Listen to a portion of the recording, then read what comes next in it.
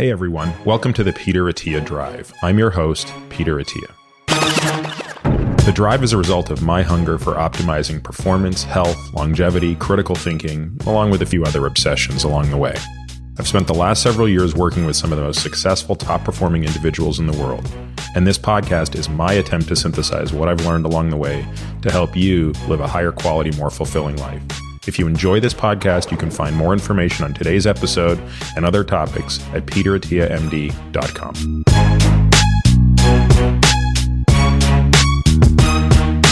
Hey everybody, welcome to this week's episode of The Drive. I'd like to take a couple of minutes to talk about why we don't run ads on this podcast and why instead we've chosen to rely entirely on listener support. If you're listening to this, you probably already know, but the two things I care most about professionally are how to live longer and how to live better. I have a complete fascination and obsession with this topic. I practice it professionally, and I've seen firsthand how access to information is basically all people need to make better decisions and improve the quality of their lives. Curating and sharing this knowledge is not easy, and even before starting the podcast, that became clear to me. The sheer volume of material published in this space is overwhelming. I'm fortunate to have a great team that helps me continue learning and sharing this information with you. To take one example, our show notes are in a league of their own. In fact, we now have a full-time person that is dedicated to producing those, and the feedback has mirrored this. So all of this raises a natural question. How will we continue to fund the work necessary to support this? As you probably know, the tried and true way to do this is to sell ads. But after a lot of contemplation, that model just doesn't feel right to me for a few reasons. Now, the first and most important of these is trust. I'm not sure how you could trust me if I'm telling you about something when you know I'm being paid by the company that makes it to tell you about it. Another reason selling ads doesn't feel right to me is because I just know myself. I have a really hard time advocating for something that I'm not absolutely nuts for. So if I don't feel that way about something, I don't know how I can talk about it enthusiastically. So instead of selling ads, I've chosen to do what a handful of others have proved can work over time, and that is to create a subscriber support model for my audience. This keeps my relationship with you both simple and honest. If you value what I'm doing, you can become a member and support us at whatever level works for you.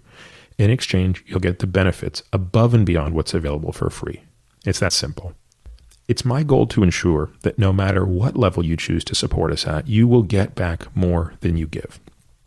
So, for example, members will receive full access to the exclusive show notes, including other things that we plan to build upon, such as the downloadable transcripts for each episode.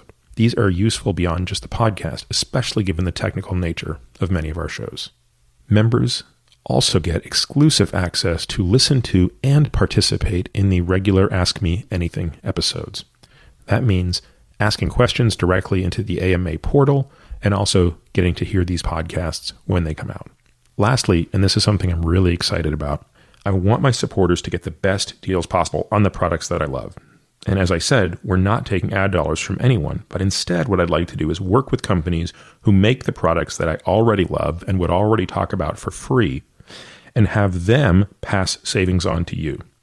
Again, the podcast will remain free to all, but my hope is that many of you will find enough value in, one, the podcast itself, and two, the additional content exclusive for members to support us at a level that makes sense for you. I want to thank you for taking a moment to listen to this. If you learn from and find value in the content I produce, please consider supporting us directly by signing up for a monthly subscription. My guest this week is Jocko, and like Madonna, Sting, or Cher, he's one of those rare individuals that only needs to go by one name. For those not familiar with Jocko, he spent 20 years in the SEAL teams where he was a commander of SEAL Team 3's Task Unit Bruiser, I believe, which led the Battle of Ramadi, becoming one of the more decorated special operations units of the Iraq War. Jocko returned from the Iraq War, served as an officer in charge of training SEALs on the West Coast, and ultimately when he stepped down from that role, he co-founded Echelon Front, a leadership consulting company. Along the way, he's become a New York Times best-selling author on leadership and has also written a number of, frankly, fantastic kids' books, which my kids adore. He hosts the Jocko podcast, which is an amazing podcast. And of all the podcasts I've ever been on, that episode that I did with Jocko is certainly one of my favorites. He's a black belt in jiu-jitsu and the co-founder of Victory MMA in San Diego. I met Jocko maybe 4 years ago through another mutual friend, Kirk Parsley, himself a SEAL. This podcast was a ton of fun. It also took a while. We sort of lost track of time, and before you knew it, I realized this was going to have to be released over 2 weeks and not just one. In this episode, Jocko and I cover objectives, strategy, tactics, both in concept, but also using specific examples from his experience. We talk about training versus actual combat, when you should be humble and when you shouldn't, being wrong as a person and as a leader, dealing with loss and the prospect of death, the importance of having protocols in place, what is worth putting energy into and what is not, what SEAL training was actually like, transitioning from deployments and post-military life into civilian life, obeying orders. And then we actually had this total tangent where we talked about U.S. history with respect to various wars from World War I all the way forward. At the end of this episode, we talk a little about decisions and hindsight. So without further delay, please enjoy the first part of my conversation with Jocko. Dude, it is so nice to have you here. Thanks for having me. And I have to tell you right up front, when my daughter left this morning, she said, "You have to stall as long as possible because I want him to be there when I get home from school." What time does she get home? I don't know. We'll make it happen. You're sort of like Snuffleupagus to her. Like, she knows so much about Snuffleupagus. She sees videos of Snuffleupagus. She listens to Snuffleupagus talk. She reads his books, but she doesn't know if he exists. Oh, he exists, but I don't want to disappoint her. Maybe we should keep the mystery there and I should get out of here. And I'll be like, "Oh, Olivia, I'm so sorry. You just missed him." And then you got to say he wanted to stay, but he had to go and save the world. So he couldn't stick around. There was a crisis. Big Bird was in trouble and he just had to go. There you go. When we had dinner, what was that, about 2-3 months ago? Something like that. Yeah, which means when I watched you have dinner. Oh, yeah, that's right, because you were fasting. That was the best looking hummus I'd ever seen. Oh, I'm sure it was. You were 4 days in, 3 days in? I was on day 5. Oh, yeah. Which actually is easier. By day 5, you're over the hump. Got it. Your energy is incredible. You're smoking down the ketones. It's all good. If that dinner were day 2, it'd be hard. It would have been more unpleasant. But we got talking about something that we had been talking about for a year, which was there may be few people who can speak to a concept that's near and dear to my heart better than you can, which is this notion of differentiating between an objective, strategy, and tactics. And I think this came up, it literally came up through something in social media where I had made a point. I don't even recall what the point was, but so I'll use a different example, but your response was epic. It was sort of like in 140 characters, you just completely embodied what I was trying to say poorly in like a treatise, right? So I'll tell sort of my story about it quickly so that I want you to be able to sort of expand on this. So I met this guy once named Dennis Calabrese, and he really changed the way I thought about this because he has this sort of framework for solving hard problems, which is you have to start with defining your objective. And you have to do that really clearly. Most people actually even miss that step. You then have to actually put a strategy in place, and strategies are frameworks, are scaffoldings upon which you will hang tactics. And he said, most people, if they're lucky enough to form the objective correctly, which they usually aren't, immediately go to tactics without this strategic piece in the middle. So when you think about that, I mean, you lived that, right? I mean, that's sort of anyone doing something senior in the military is intimately familiar with that. Was that something that you learned along the way? Was it something that was specifically taught or modeled? I think I learned it from a leadership perspective, realizing at some point in my leadership career in the military that if the frontline troops didn't understand things at a little bit higher level than the tactical level, then they couldn't make decisions on their own. And then decentralized command doesn't work. And now we've got a real problem. So one of the things that can happen is, and this is something that I would try and teach the young SEALs when I ended up in that role, is that a mistake that you make on a tactical level can have a strategic negative impact. So the classic examples of this are, one classic example, I would say, just from the Iraq War, is the Abu Ghraib prison scandal. So you take a bunch of young soldiers, and they're literally 18, 19, 20 years old. You put them in charge of detainee treatment at a holding facility in Abu Ghraib. They're guarding people that they believe to be terrorists or bad guys. And so what do they do with them? They treat them bad. And then you can kind of decipher what that really means. Were they torturing anyone? Maybe not really. Were they out of the bounds of how a prisoner should be treated by Americans? Yes, they were. And what is torture? And we could try and discuss that. I think you actually can come up with a decent answer, but they were doing things that they shouldn't have been doing with these prisoners. And some of it, if it leaned up against some kind of torture, okay. I looked at it as more like things that it was basically like hazing. God, it's amazing, by the way, to think how long ago that was. Like, it's such a coincidence. So you met Josh earlier today. Yep. So Josh was working on me yesterday. And I remembered while I was on the table and he was grinding on me that the Iraq invasion took place on my 30th birthday because it was March 19th, 2003. I remember having dinner that night. Nothing special, right? I was just having dinner on my birthday, but I just remember it was my birthday and that was the night of the invasion. And I was like, how is it possible that was 16 years ago? Like, I remember that day so clearly, and not just that day, the days that followed. And when I think about how tangentially and irrelevant I am to any of these things, and to think like, how much more would you remember that, right? How much more can you think back to what happened when the pictures and the videos came out from Abu Ghraib? I mean, it's interesting to think of how everybody's psyche can be sort of seared and scarred by these events. It can. And certainly those events that took place in Abu Ghraib, where I was going with this is these young kids did these stupid things with these detainees. It was bad. Even worse, they took pictures of them. And then what happened was those pictures got into the hands of Al-Qaeda and Al Jazeera, and they put them up and said, hey, Americans are evil. And the pictures looked horrible. And there you go. So it had a huge negative strategic impact and did a lot to fuel the insurgency and make a lot of people that would have otherwise said, oh, the Americans are trying to do their best here. And then they see pictures of Americans torturing these Iraqi citizens, because that's what the propaganda is coming out as. So this is a massive strategic negative impact because these frontline soldiers didn't fully understand the strategic situation that they were in. So if they understood that, if they understood, hey, we're trying to make sure that the Iraqi people think that we're good guys. And if we do anything that presents us in a different light, it's going to really have a negative impact. So don't do dumb things. If they had understood that, then perhaps they would have thought a little bit more about what they're doing. So there's a classic example of troops on the front line not understanding the strategy at all. And therefore, their tactics are totally off base. Their tactics were beyond off base just because of their tactics. They were doing some dumb stuff, but it's the same thing. It's like you're doing dumb things, dumb tactical decisions on the front lines because you don't understand what the strategy is. So that's a classic example nowadays that I still talk about with young SEALs and young military people. Hey, you've got to make sure that your troops understand what it is you're trying to accomplish, because if they don't understand what they're trying to accomplish strategically, their tactical decisions can be bad based on that fact of what they're missing. And the other point you made even prior to that strikes me as even more ubiquitous, which is if you don't understand the strategy and all of a sudden you get separated from central command and you have to call an audible, you have to pivot tactically, you're lost. That's why decentralized command works. And that's also why centralized command fails, because oftentimes you are separated. You don't even have to be separated.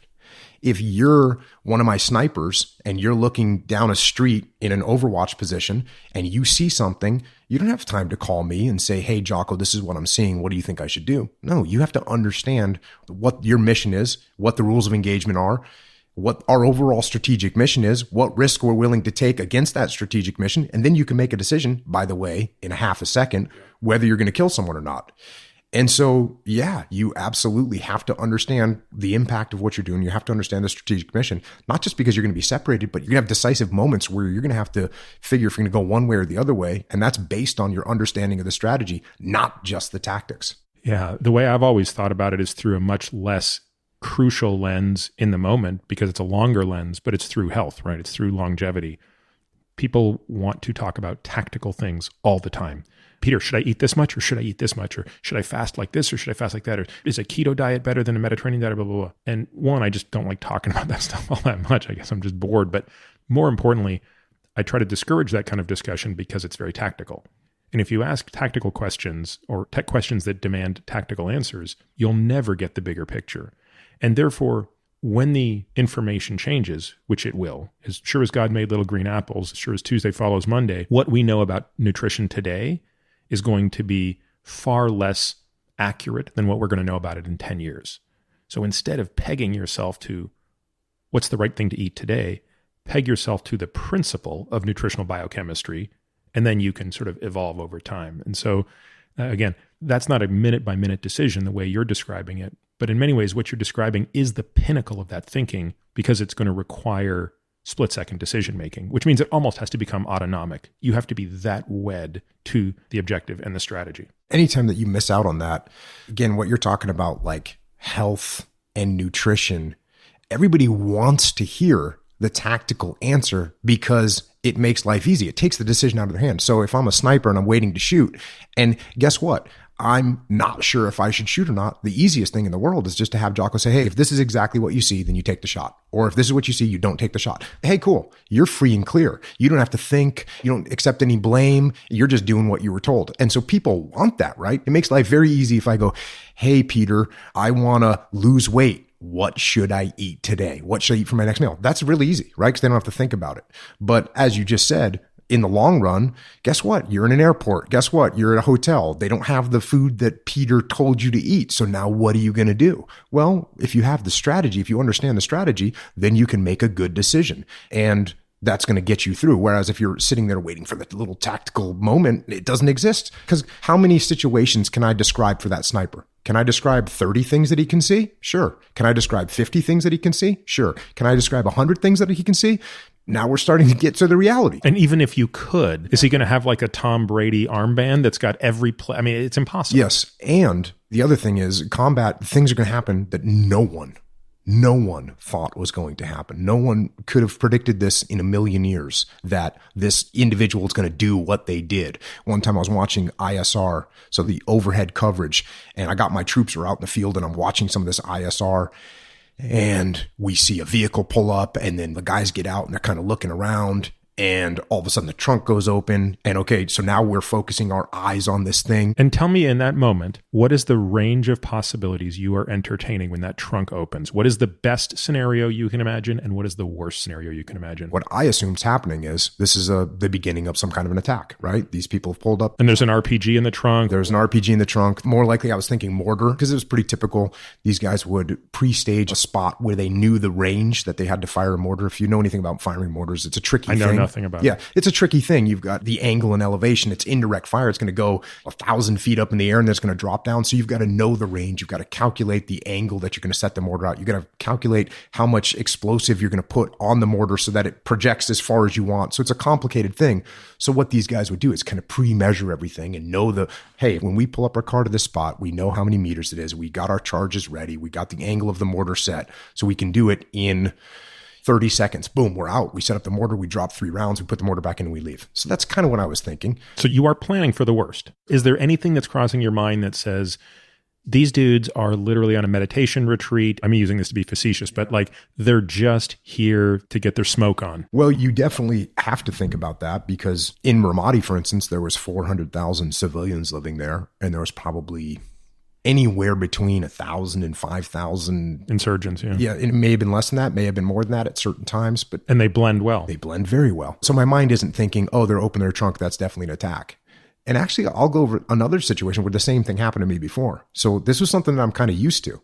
So I'm watching this happen and the guys, they're kind of mulling around the car. They're looking and you're thinking, okay, here they are. They're getting ready to set it up. And sure enough, the guy pulls something out of the car and you can't make it. And the other thing that's really hard about... By the way, what distance are you at? I'm in a tactical operations center. I'm 2 miles away. And this is one thing that makes it hard in the city when people talk about ISR and you've got coverage overhead. Well, just imagine you got buildings and as the angle changes, all of a sudden the person disappears behind the building, right? You just can't see them until the orbit of the platform gets back to where you can see. So there's a little bit of that going on. And by the time the orbit comes back on, boom, here are the guys, they're pulling something out of the trunk. Oh, what is it? And it's hard to tell what things are. And to make a long story short, they were getting a jack out of their car to jack up their car. They had a flat tire and they pulled off their tire and they changed their tire and they left. And meanwhile, my guys got attacked from another position that I wasn't paying attention to, right? Why wasn't I paying attention to it? Now, is there a chance that these guys were a decoy? Actually, a pretty high probability. Most of the people running around in the city doing things like this were generally bad. And when firefights were going on or when there was big movements in the city, most of the civilians knew, okay, the Iraqi soldiers and the Americans are sweeping through this area. Guess what we're going to do? We're going to go in our house and we're going to stay there. That's what we're going to do. We're going to try not to bother them. We're going to stay in our house. So when you see someone doing something, you are definitely more suspect than in a situation where there's people going all over the place anyways. The streets would clear when we would go out, or when the enemy was going to attack, the streets would clear, and that was the way it was. So to see someone out there doing this, you're definitely suspect. And there's probably a pretty good chance that these guys were doing that specifically to draw attention away from this other element that was attacking. They're good. They know what they're doing. So those are situations that you can't predict. And if people don't understand what the strategic vision is, then they can't make decisions out there. Another example that I've experienced that is so dwarfed compared to both the stakes and the risks of what you're describing is bow hunting. So I just came back from my first bow hunting trip, and game-changing experience for me. I mean, when I bought my first bow 2 years ago, I didn't think I would ever hunt. I specifically went in there to say, look, I just want to shoot targets all day long. And they said, well, you sure you don't want to hunt? Nope, don't want to hunt. Just want to shoot targets. Fast forward a couple of years, and now I want to go and hunt. And what a learning experience, right? So when you're sitting there shooting targets all day long, you're putting all of your emphasis on precision, perfect fire, perfect shot, over again. How far can you be and make that perfect shot? Boom, boom, boom, boom, boom. Then you get in the field. And we were fortunate to be going after one of the hardest pieces of game in North America, the axis deer, in their terrain, incredibly mountainous. So there are places where you can hunt them flat, but we were in a place that was staggeringly mountainous. All of a sudden, two things occurred to me within 48 hours. One, it's happening way faster than I've ever prepared for. Meaning, when a deer is anywhere within shooting distance, and our guide is like, knock now, put the arrow, like knock the arrow. It's like, but I don't have good footing. Like I can't see where I am. Like I don't know how far the animal is. I haven't got my rangefinder. It's like everything's going wrong. Secondly, the noise that you make, the fumbling around to get in position, the deer's gone. The deer's gone. These things can hear, see, and smell at a level that makes us seem like single cell amoeba that are pointless. Like, so now, of course, by the end of the trip, 6 days into this, we're figuring this out. I'm getting so much better at anticipating what's happening. But it actually made me think in my tracks, how frightening is it for a soldier to train, which again, your training is better than my training, meaning the way that a soldier's training for combat is much more comparable to the event than the way I'm training to shoot. But it's like that saying, right? Everybody has a plan until they get punched in the face. I can't imagine what it's like the first time a patrol is out there and a roadside bomb goes off and someone gets their leg blown off, right? Like, so now you're seeing this. And to me, that's another example of how when stuff goes really, really, really bad, one, you have to understand, have you been trained enough to automatically do the right thing? And two, do you start making a whole bunch of tactical errors because that wasn't a planned reality? I mean, how in the hell do you train someone for that? Well, thankfully, the training evolved so much even while I was in. So when I first came in the SEAL teams, we used blank fire for land warfare, and we used live fire for CQC, close quarters combat. So that means you're going into a building and you're using live fire, which means you and I are going to be a foot away from each other. We're shooting rounds really in close proximity at targets. Why would you be using blanks at long range versus? Well, okay, so we do the same thing. We do live fire in the desert as well and in the jungle. We would do live fire primarily. We would occasionally use blanks, but we used blanks in the land warfare with this old system that the Army used called Miles Gear, which was basically a laser tag system, right? But it's not that great. That was the problem. It wasn't that great. And so a lot of times it was like, you know what? This really isn't that great. And so we just said, you know what? The most intense thing we can do is train with live fire. So I should have completed that statement, which was we tried using blanks and this Miles Gear. There's two factors. I shouldn't just blame the Miles Gear. As SEALs, we weren't that good at it. We got old equipment. We'd get it from the Army. It wouldn't be that good. We didn't really know how to sight it in correctly. And so guess what? We end up with something that's not all that great. So we just kind of focused on live fire. And live fire, let's face it, that's like, hey, we're going live fire. That's just, the intensity is higher. That's what we do. We're SEALs. We train live fire. And then you go in the kill house and you're training live fire and you're shooting at targets. And it's intense because, if you screw up in the kill house, you can easily shoot one of your buddies. So it's intense. The problem with it is you're going against paper targets. And there's two things that the enemy will do that will have a massive negative impact on your brain and on the situation. And that is the enemy will shoot back at you and they'll maneuver. Those are the two things that the enemy has. That's what the enemy does. Well, there's two things that a paper target can't do: shoot back or maneuver. And so guess what? We used to just crush these paper targets. I never got beat by a paper target in my life. And I spent many years in the SEAL teams where we just kicked the shit out of paper targets. And we felt really good about it. Right in the late 90s, we started using something called simunition, which is you use your real gun, but there's a different barrel that you put on the gun.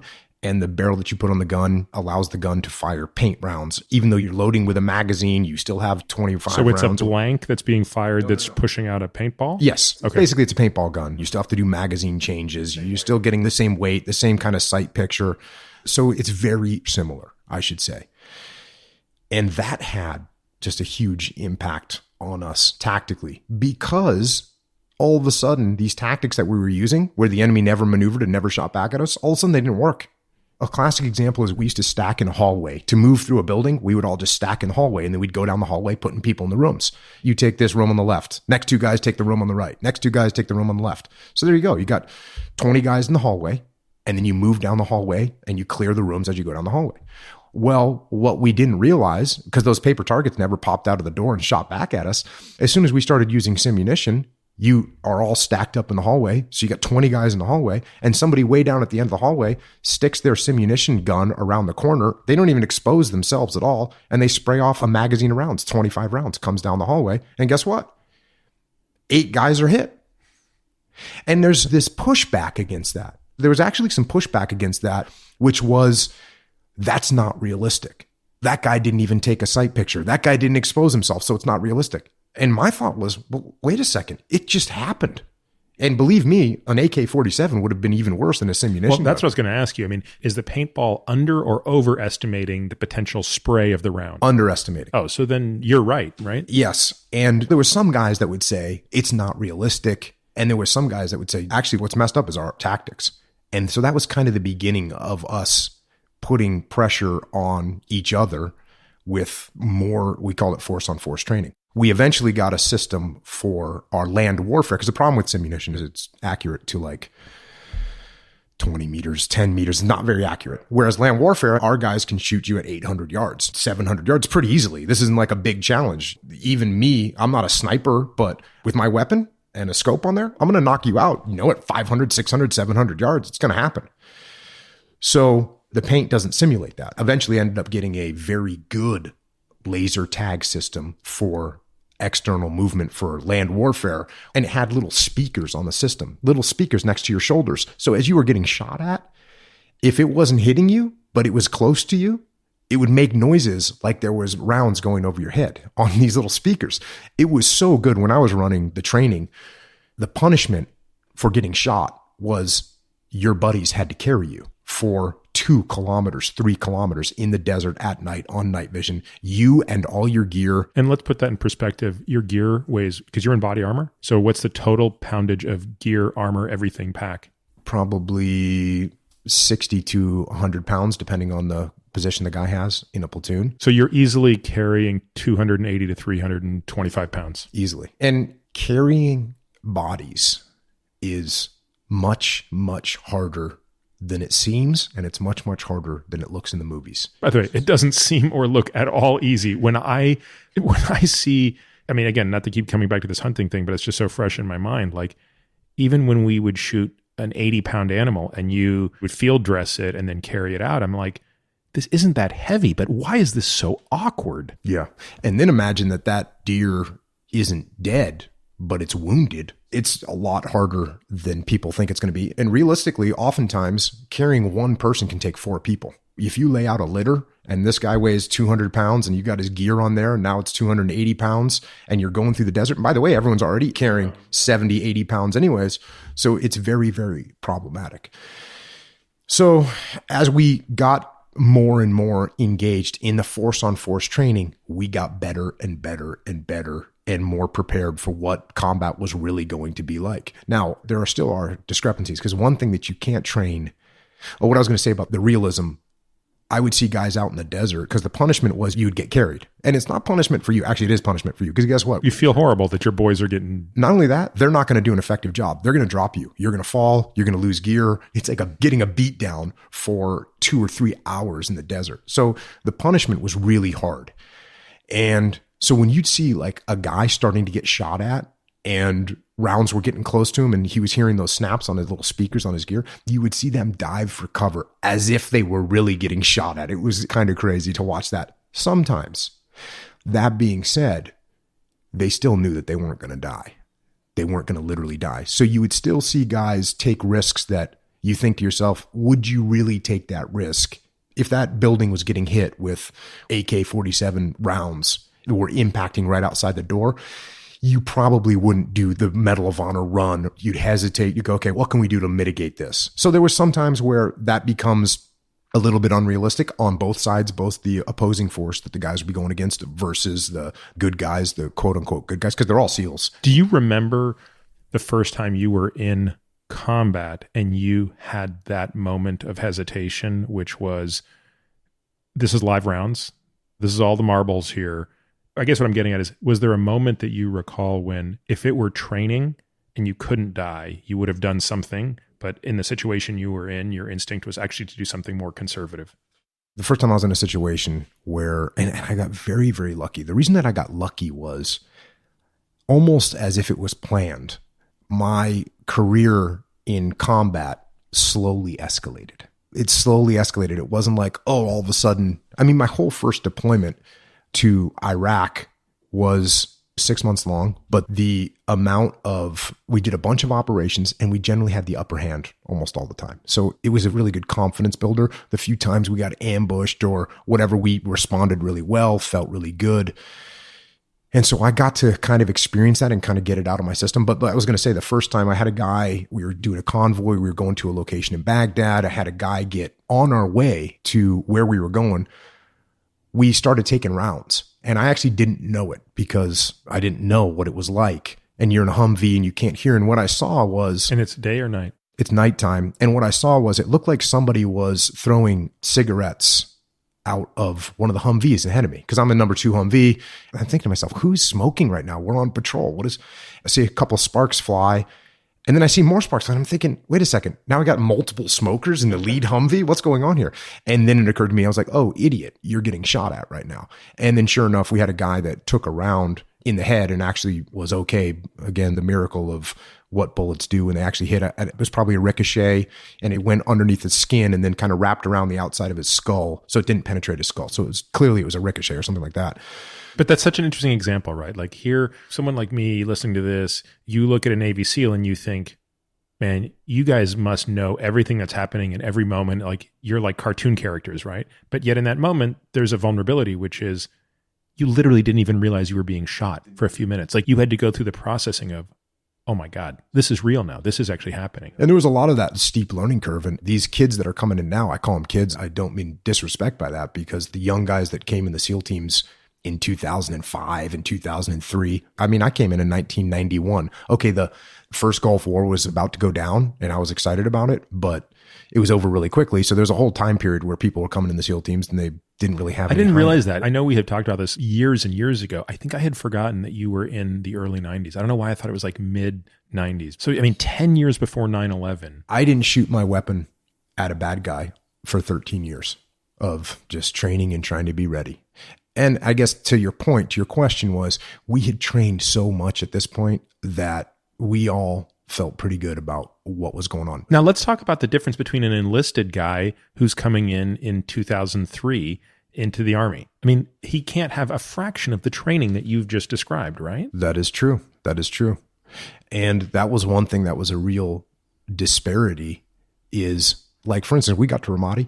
The guys that were on the ground in Ramadi when we got there, they were a National Guard unit. And so these guys were part-time soldiers and they had been on the ground fighting in Ramadi for 14 months.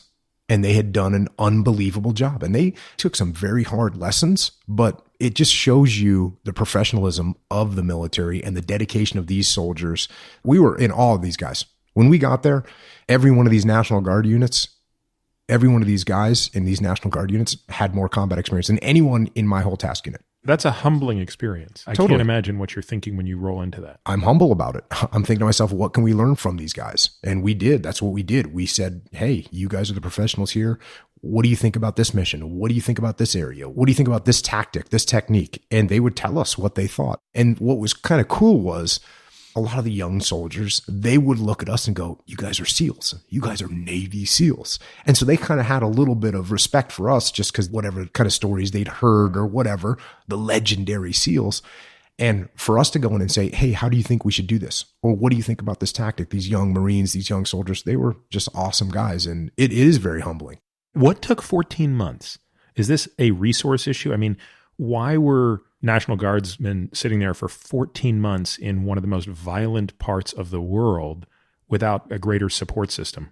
That's the way it is. I mean, this is something that the recruiter's not going to tell the people that join the National Guard or join the reserves. It's in the fine print that if we're at war and we need you, you're going to get called up and you're going to go. And so that's what happened. That's awesome. These guys were teachers and electricians and plumbers and lawyers and doctors. And one day they get told, hey, you're going to go to Iraq. And you know what they do? They get their gear on and they go to Iraq and they do a hell of a job over there and make just incredible sacrifices for the mission. And so, yes, we held those guys in the highest regard and still do. Think about the guys that were there when we got there who definitely had less training than us. But man, they were hardened combat warriors by the time we showed up, and they definitely helped us and kept a lot of us alive because they were able to share with us the way that they operated. And to the credit of my guys, all the guys in my task unit bruiser, we were listening. We were all ears. We were humble and wanted to learn from these guys who had been fighting for so long there. Is that a lesson specifically that you talk about? Because so much of the work you do today is working with people who have never held a gun and are never going to hold a gun, right? They're in a boardroom, they're wearing a suit. Do you see that parallel lesson show up in the business world? I always say that humility is the most important attribute or characteristic for a leader to have, and it really applies to everyone. Remind me to talk about the counter to this, because there are situations where humility is not something I need to stress with someone. But yes, in the business world, in any leadership position, when you're in that position and you don't have humility or you think, I already know everything. Think about this. If my task unit, if we showed up in Ramadi and thought we knew everything, these guys were learning lessons. These guys were fighting so hard. They were learning so many lessons.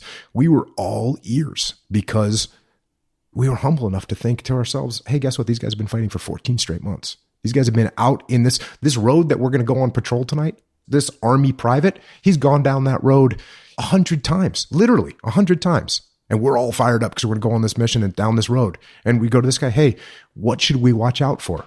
Oh, here's a couple things. Guess what? The enemy likes to set up in these buildings over here. Thank you. We'll hold extra security on them. Guess what? If you do get in a firefight, here's where they're going to try and push you towards. Be careful because they'll choke this point. Like, these are just common things. And so in the business world, that happens too. You get someone that's been in the industry. You hear this all the time, right? I've been in this industry for 22 years. I've been in this industry for 27 years. No one's going to tell me what's going to happen with the market. No one's going to tell me a new methodology of doing something. No one's going to tell me how to run my company. Okay, cool. We'll see how that works out for you. It generally doesn't work out good. Now, I'm not saying that in 22 years, you don't have some good knowledge, or in 27 years, you don't learn some good stuff. You absolutely do. Do you know everything? Are there any times when you should maybe listen to what somebody else has to say, or look at the way someone else is running something and maybe think to yourself, oh, that seems like a good idea? I mean, the classic examples that I talk about a lot is BlackBerry, right? BlackBerry, what was their market share? 80%? It was 90%. Was it that high? It was crazy. Someone just told me what the share price on RIM is today and how, I mean, it's a completely different company. Obviously, it doesn't exist in the format that it once did. But yes, that was at the height of that market. I mean, that must have been $140 a share company in 2007. Yeah. And who could ever teach them anything? Who could ever explain to someone that, you know what you're doing right now might not be the same in a year? Same thing with Blockbuster, right? We're going to do videos. You're going to come and you're going to rent videos from a store. I have to explain that to my kids. My kids they can't even comprehend that. What do you mean you would go somewhere and get a movie from somewhere else? What does that mean? And yet there's arrogance there, right? I mean, tell me Blockbuster didn't have the capital to start streaming movies during that time. They could have easily said, oh, that seems like a pretty decent idea. Let's get in on that game right now. Instead, it was denial. And again, I'm kind of assuming this, but just looking at the outcome, I don't know the people that ran Blockbuster, but had to be some level of denial that what are you going to do? You're going to stream movies? My internet barely works. I can barely stream a 1-minute video. How are you going to stream? That doesn't make any sense. We're going to keep doing what we're doing. People will keep coming to our stores. Come on a Friday night. You see how crowded my store is? Where are all those people going to go? They love coming to our store and buying some popcorn and getting a video. So there's arrogance there.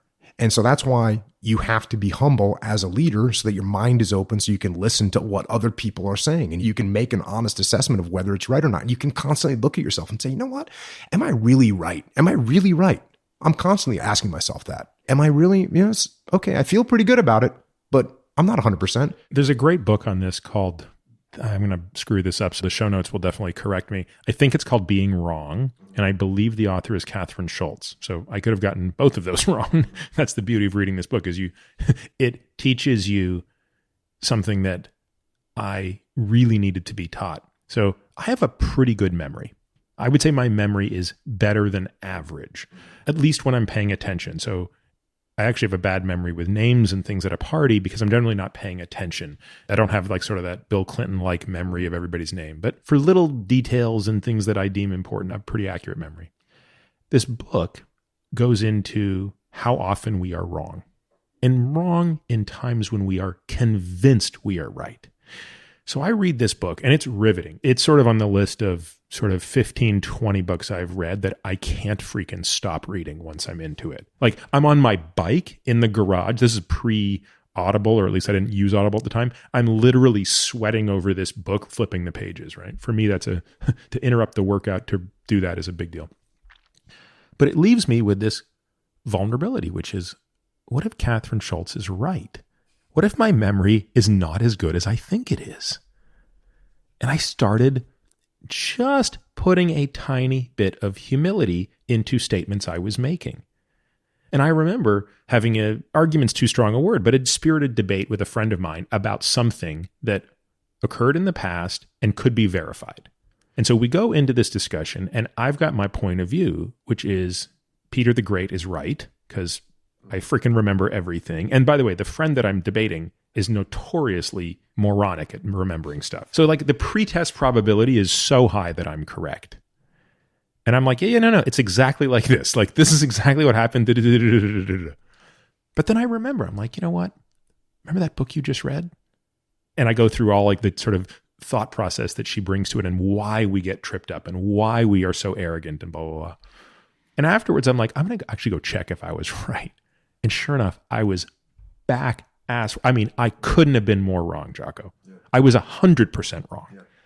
I mean, on the one hand, it humbled me. On another hand, it scared me. It made me think, how many times have you been so sure of yourself in the last 40 years only to realize you were probably wrong? Yeah. When this really occurred to me is when I started telling people this statement. It's kind of the opposite statement. I would tell guys that I was teaching, I would say, listen, I don't know everything. But let me tell you something. If I tell you something that I know and I tell you it's 100%, I'm going to guarantee that it's 100% right. Like you're going to hear me say it so seldomly, but like I'd have somebody that I was teaching something and they maybe would say, well, you know, they'd have their opinion about something.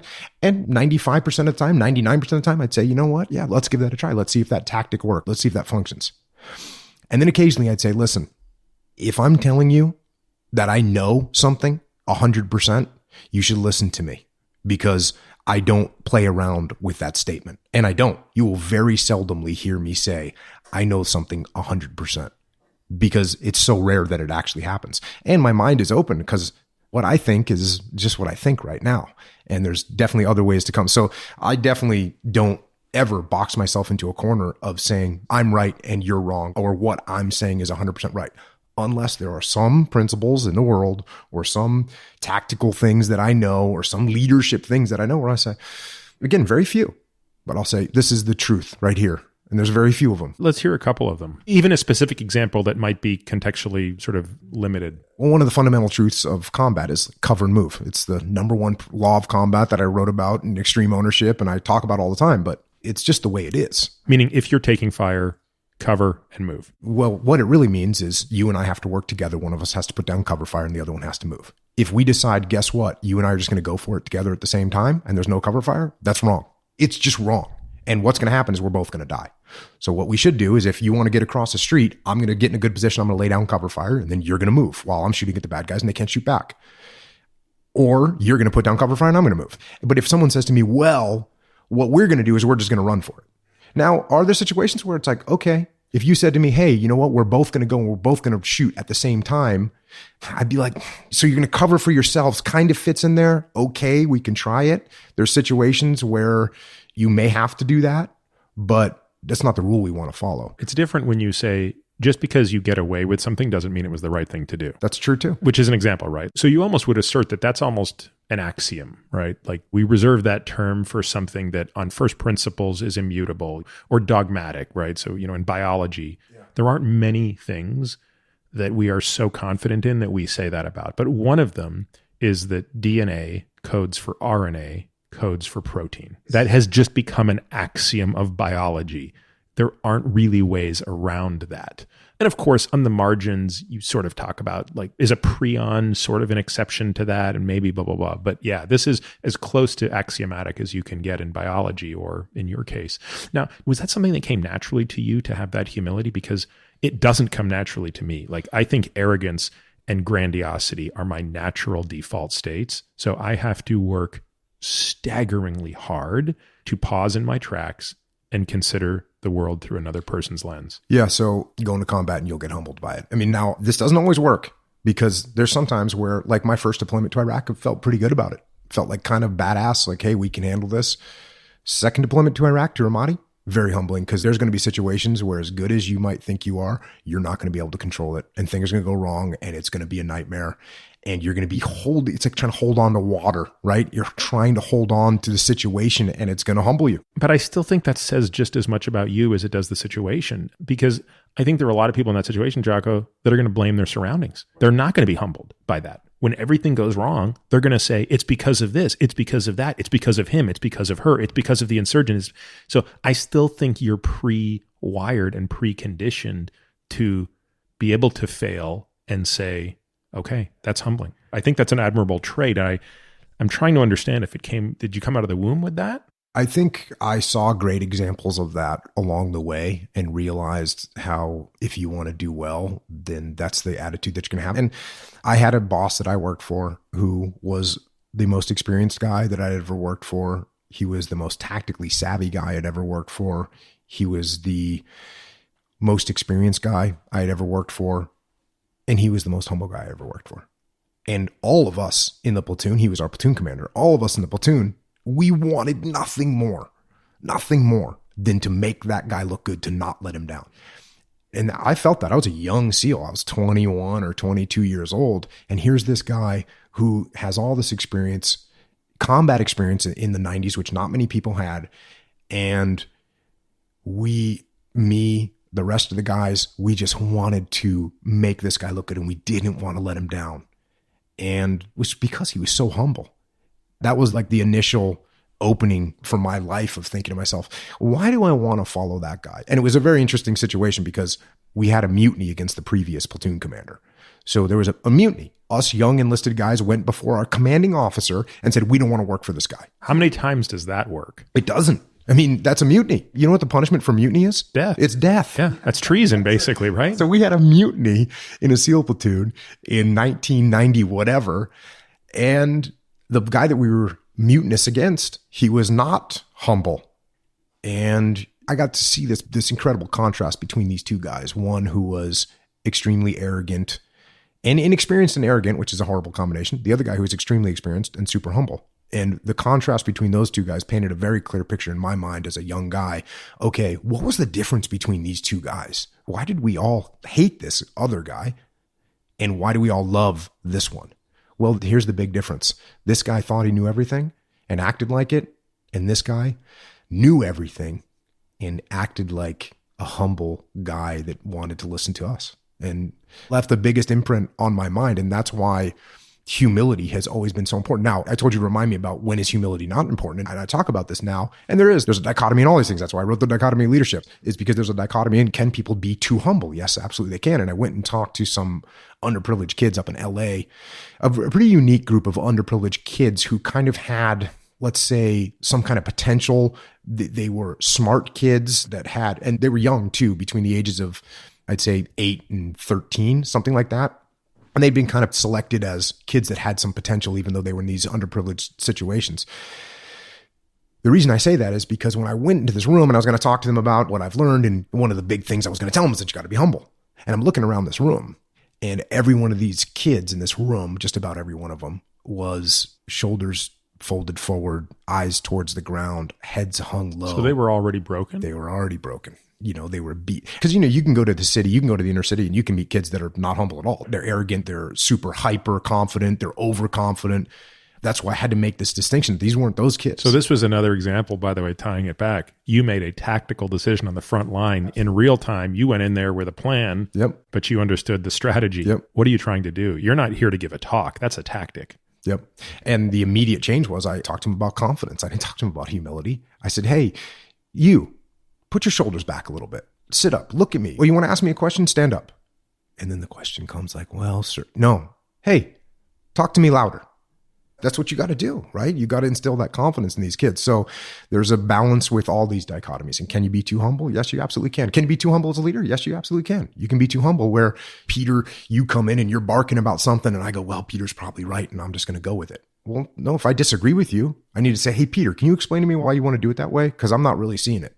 That's not me being arrogant. Yeah, that's not confrontational. It's very confident in your opposition. Exactly. And so there are times where people are too humble. Again, that's why we wrote The Dichotomy of Leadership, because every trait that a human being can have can be negative and positive. You can take something too far.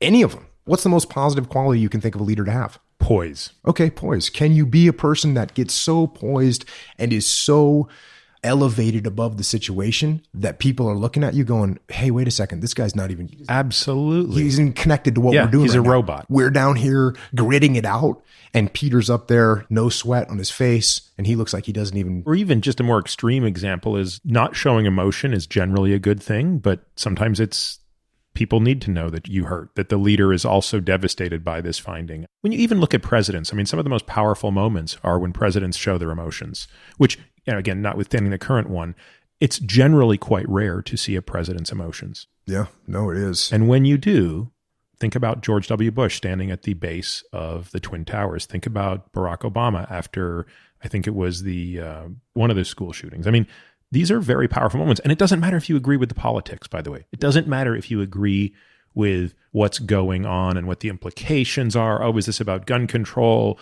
Oh, no, it's not about that in the moment. It's that person's a human. Yeah, that's another great example. We talk about this in The Dichotomy of Leadership. It's like, yeah, if you have no emotions, you're a robot, and people don't follow robots.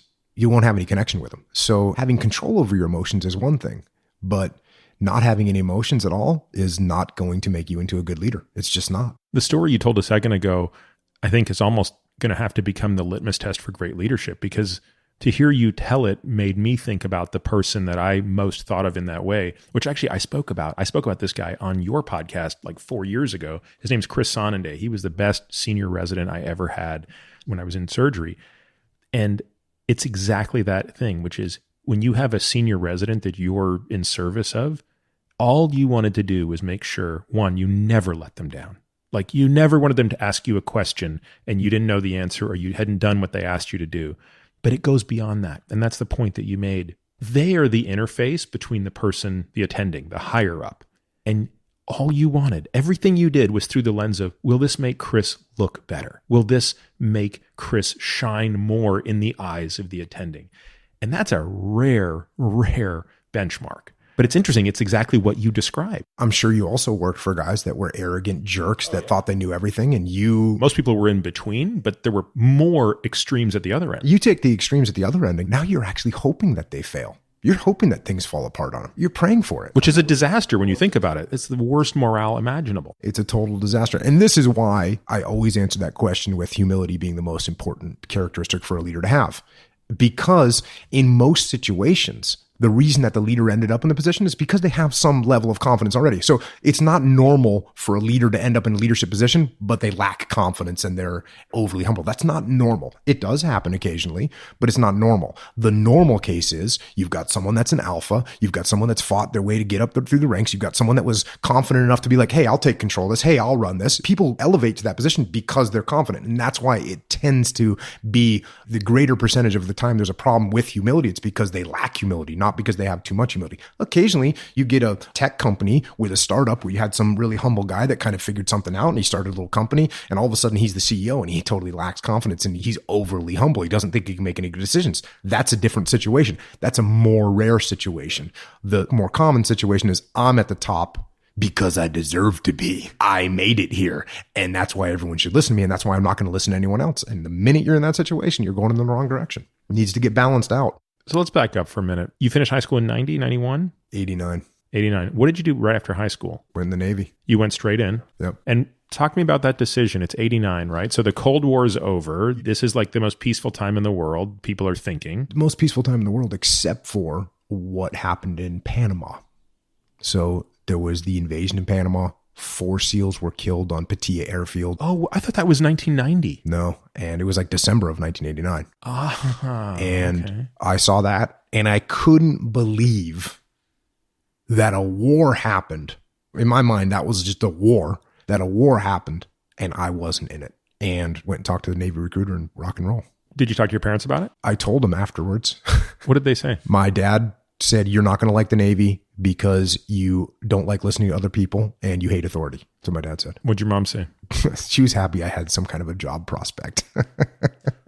You wrestled in high school? No. What sports did you play in high school? Soccer and basketball. When you were in junior year, were you thinking college? Like what was going through your mind? My mom sent me something 10 years ago that was like 6th grade, something like that. What do you want to do when you grow up? And I put Marine Corps. Wow. Yeah. I think I remember you telling me once you weighed like $160 in high school, right? Yeah, probably, maybe. You were not a walking wall. No, when I checked into SEAL training, I was 174 pounds. And then I gained 10 pounds in SEAL training, 11 pounds because I graduated at 185. You had already gone to the recruiter before you finished high school? Or Yeah. Okay, so then you come out of high school and now it's 90 and they ship you off where? You come to San Diego? No, I went to Orlando, Florida. Okay. And tell me what you do. What's the first week like away from home? Went to boot camp, and the coolest thing about going to Navy boot camp for me was it was a clean slate. Nothing else mattered. They don't care what your high school, they don't care what your grades were, they don't care what sport you played, they didn't care how good you were at any sport, they didn't care about anything. What they did care about is, could you do what we're telling you to do? And did you pick the Navy because of the SEALs in 89? Yes. Yep. I liked the water, and I wanted to get out of New England. I look back now and I love New England, and I got my company up in Maine, and it's awesome to go back up there. But as a kid, the small town thing wasn't for me. I wanted to get out of there. I wanted to literally see the world, as they say. And so the SEAL teams are Virginia Beach and San Diego. And I grew up surfing in Maine. And so I knew that San Diego and Southern California had epic surfing. And I said to myself, well, if I'm going to go in to be a commando, let's work in the water and get stationed in San Diego, California. That, to me, it's hard to comprehend this, I guess. But it'd be like right now saying, hey, I'm going to go and live on Mars. That's how foreign it was to me. To think to myself that I had a pathway where I could actually go out and live in California, I was amazed that opportunity was there. And so that was definitely a big reason to pick the SEAL teams. And I heard that the SEAL teams had the hardest training, and I wanted the hardest training. I also heard that SEALs had a 50% casualty rate, which is probably drawn from the fact that in the D-Day invasion, the NCDUs, the Navy Combat Demolition Units, they did have a 50%. This was the precursor. The SEALs have been around since like 1970? No, 1963. Yeah. Well, 62, 63. So those guys did suffer a 50% casualty. But, whatever pre-internet knowledge I had heard through the rumor mill was, hey, if you're in the SEAL teams, you got a 50% chance that you're going to die. So why did that appeal to you when you were 18? I wanted to fight. Wanted to fight or wanted to die? Wanted to fight wars. Yeah. Didn't want to die, no, but I wanted to fight war. And plus, when you're young, you don't think it's going to be you. You're not the one that's going to die. I see. So this is the highest stakes thing that I can do. Yes, bring it. And you're fired up for that. And again, it's always important to remember that you don't think it's going to happen to you. You think that I think you and I have talked about this before. Like, I think if I'm on an airplane, on a civilian aircraft, commercial aircraft, and it blows up in the sky, I think that I'm going to be the guy that... You might be able to do a somersault. No, I think I'm going to live. I'm going to come down. I'm going to get in a free fall position. I'm going to track to a pool, and I'm going to land in a pool, and I'm going to break my leg, and it's going to be cool. That's what my mentality is. So that's ignorant and stupid and fine. But you could also argue that that's necessary. Yeah, I guess so. But here's the reality. When you're a kid, you think that it's not really going to happen to you.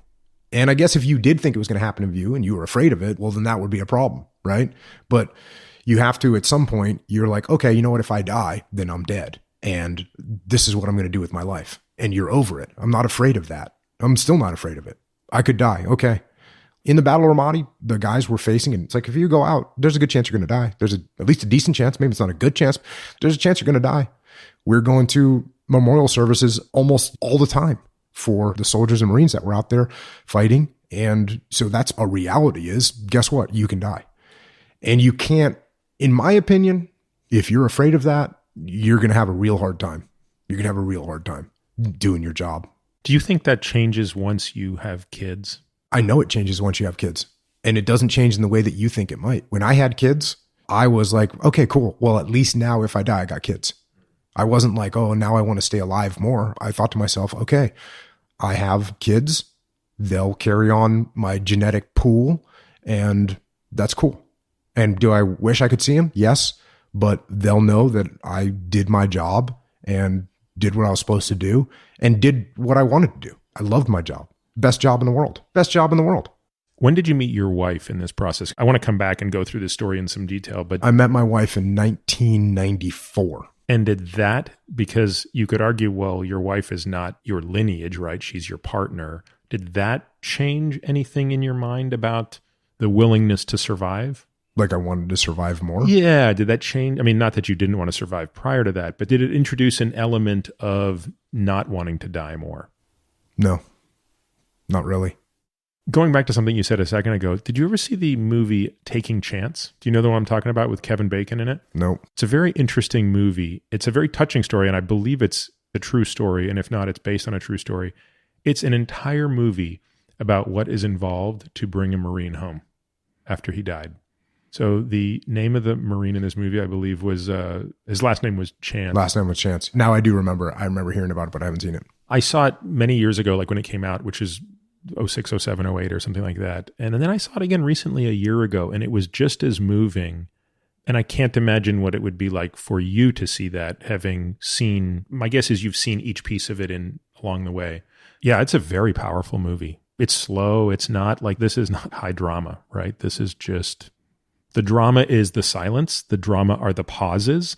The drama is the humble realization of how many times that happened. Yeah, I was going to say, if it came out in 2002, 2006, 2007, 2008, I mean, that was just incredible amount of guys were getting killed. And you're right. And every single one of those guys is an absolute tragedy. Every one of those guys has a family, has a wife, has a mom, has a dad, has brothers and sisters, has dreams, has goals in their life, has things that they want to do, has inherent ideas and knowledge and thoughts and wisdom that is completely and utterly unique to them. And we never get to see that.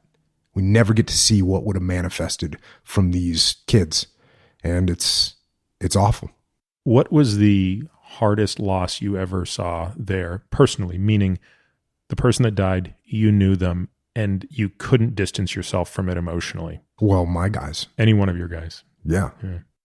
So how do you do that? I don't understand that. For most of us in civilian life, when we do encounter that, you lose a parent, you lose a child. I mean, you think of the worst things that you can imagine.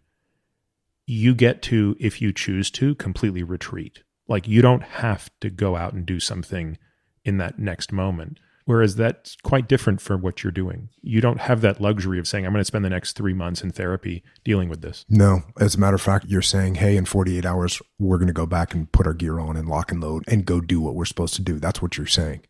And lately, I've been talking a bit about the fact that as Americans, we've taken all these different cultures and we've kind of compiled them all together. And in doing that, we've lost normal protocols that other cultures have. Right. And one of the protocols that we've kind of lost and mixed up or mismatched is what's the protocol for death, right? In other religions or specific religions or in other cultures, it's like, okay, this person died. Okay, here's the ceremony that we do now. Here's the next thing we do down the line. After that, we're going to have this party. Then we're going to get together. Then we're going to say these things. Then we're going to use these words. Then we're going to make these motions. Then we're going to do the final thing. And then everyone's going to go back to, everyone's going to move on because that's what we know. That's how it works. And in America, we've put so many of these things together and we've combined them and separated them and lost pieces that there's no real immediate, hey, here's the protocol. Because when bad things happen, you need to follow a protocol, right? You need to have a protocol in place. You should have a protocol in place, right? When your house burns down, your kids have a protocol of where they're going to go. You have a protocol of what you're going to do.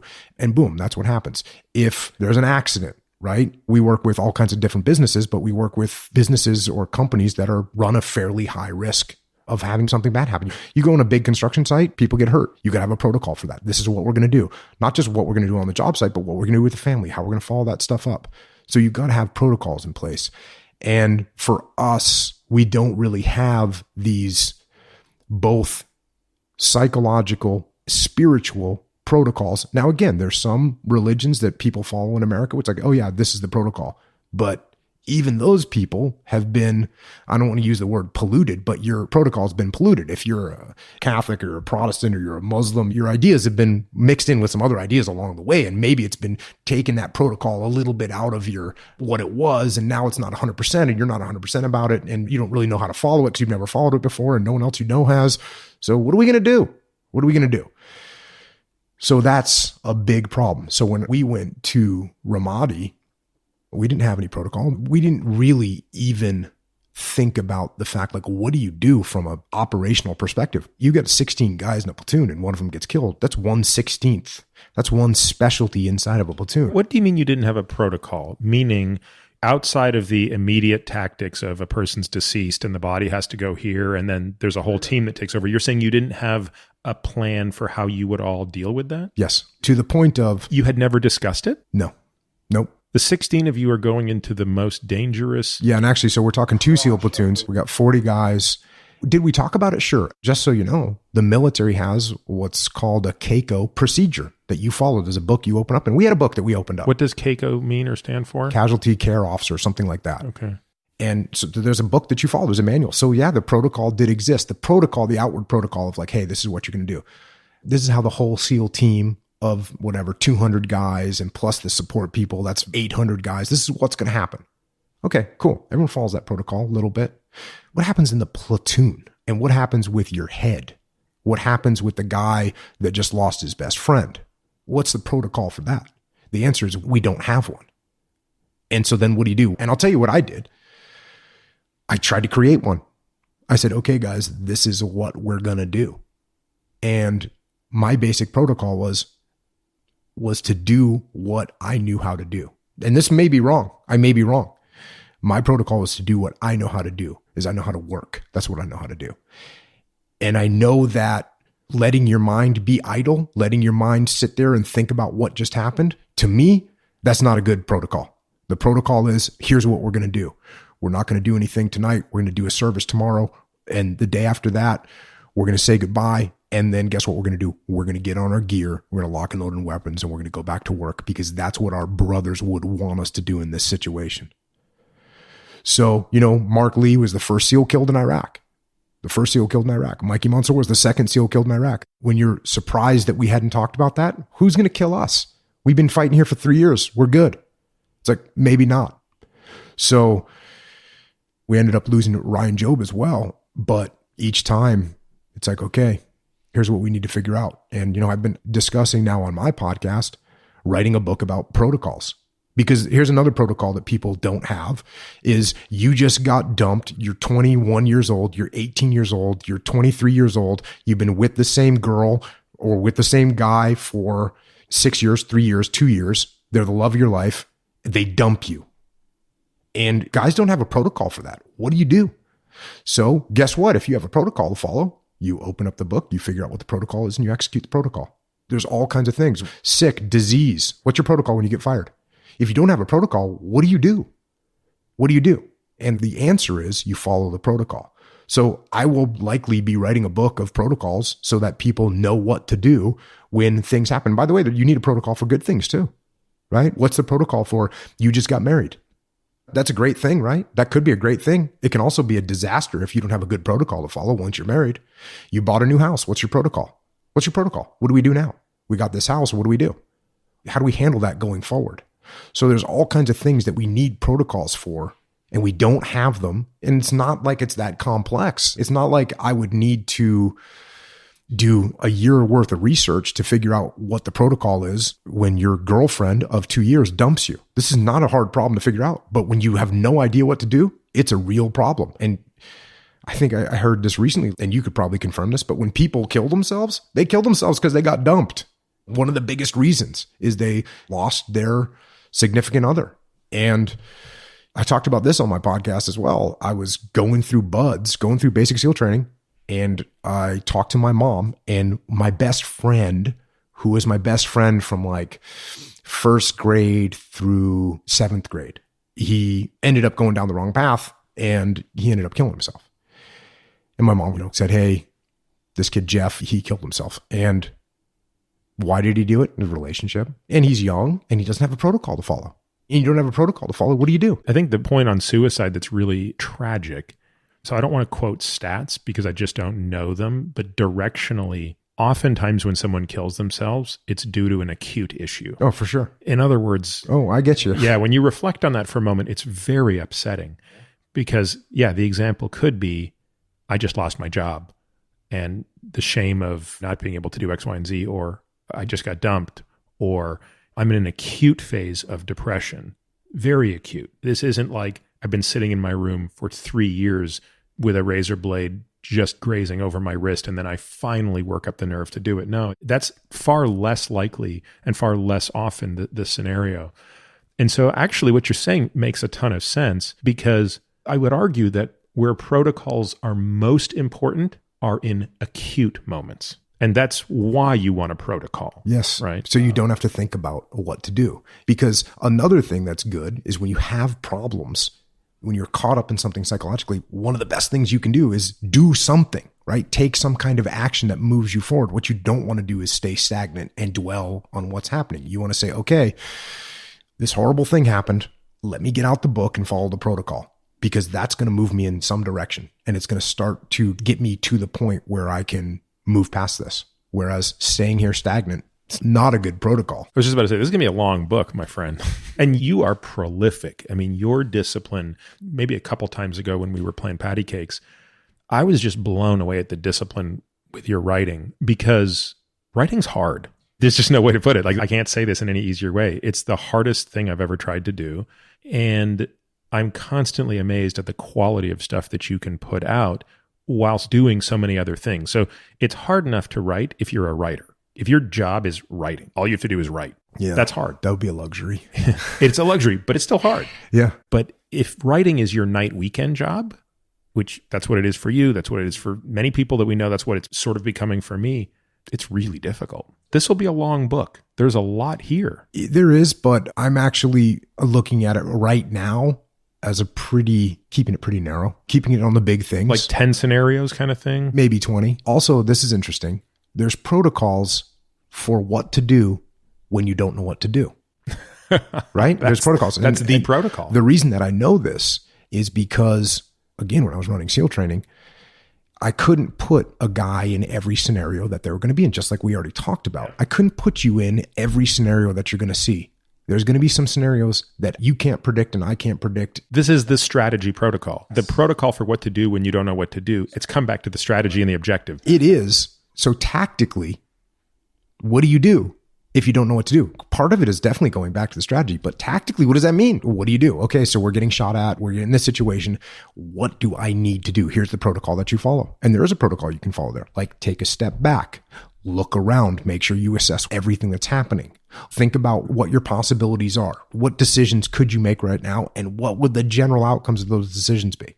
If you can follow that and then say, okay, take an iterative step towards what you think is the best decision. Not a giant step because you don't even know what's going on. Yeah, maybe even a reversible step. Yeah, I guess that's what I mean by an iterative, a smaller iterative step. That's not a full commitment because you're not ready to commit because you don't even know what's happening. But we think it's this direction, so that's what I'm going to do. It's a very simple protocol. I'm going to take a step back. I'm going to assess everything that I see. I'm going to think about what my possible maneuvers that I can make are. I'm going to think about the outcomes. Then I'm going to take a small, what'd you call it? A hesitant step? Yeah, just a non-committed step. Yeah, a non-committed step that I can somewhat move in the right direction. That right there, if you know that's the protocol when you don't know what's happening, that's a great protocol. That's a fantastic protocol. And that's going to cover a lot of bases. Because guess what? Even though we write to cover 20 scenarios or 20 protocols of bad things that can happen, good things that can happen, it's not going to cover them all. There's going to be things that you don't expect. There's sort of a parallel here between what you're describing and what Jordan Peterson has written about in 12 Rules. And I don't know Jordan, but I know you know him pretty well. Have you guys talked about this? Because just listening to this, I see this significant parallel. We haven't talked about this specific thing because I've only truly started talking about it in the last 6 months. You know, it came up on my podcast, and it actually came up on the podcast. I had discussed it before in terms of people dying, right? I've discussed that before. And then basically there's 2 podcasts that I did where I covered 2 protocols. One of them was someone died. A father had written in and said, my wife and I lost our kid. I don't know what to do. And when someone asks you that question, the sad thing is I actually do know what to do because I've dealt with it a lot. And I know what I've done. I know what I've figured out to do. I didn't know it at first, but I figured it out over time. Like, this is what you actually do. Here's the protocol that I'm recommending to you. Do these things. Do these things. And that's going to get you. And the other thing I gave them was an understanding of what you're going to feel. Because what's going to happen is you're going to get hit with a tidal wave that you are going to think is going to consume you forever. That's what it's going to feel like. And what you don't realize, especially when you first get hit with a tidal wave, is that tidal wave is going to eventually subside a little bit. And what happens is people feel guilty about that because they say all of a sudden, oh, wait, for a split second, I wasn't thinking about this person that I lost. I'm a bad person. It's like, no, that's actually, you're not a bad person. You're starting to move, right? And that's okay. And eventually these waves of pain, the period of these waves is going to separate more and more, and the strength of the waves is going to subside.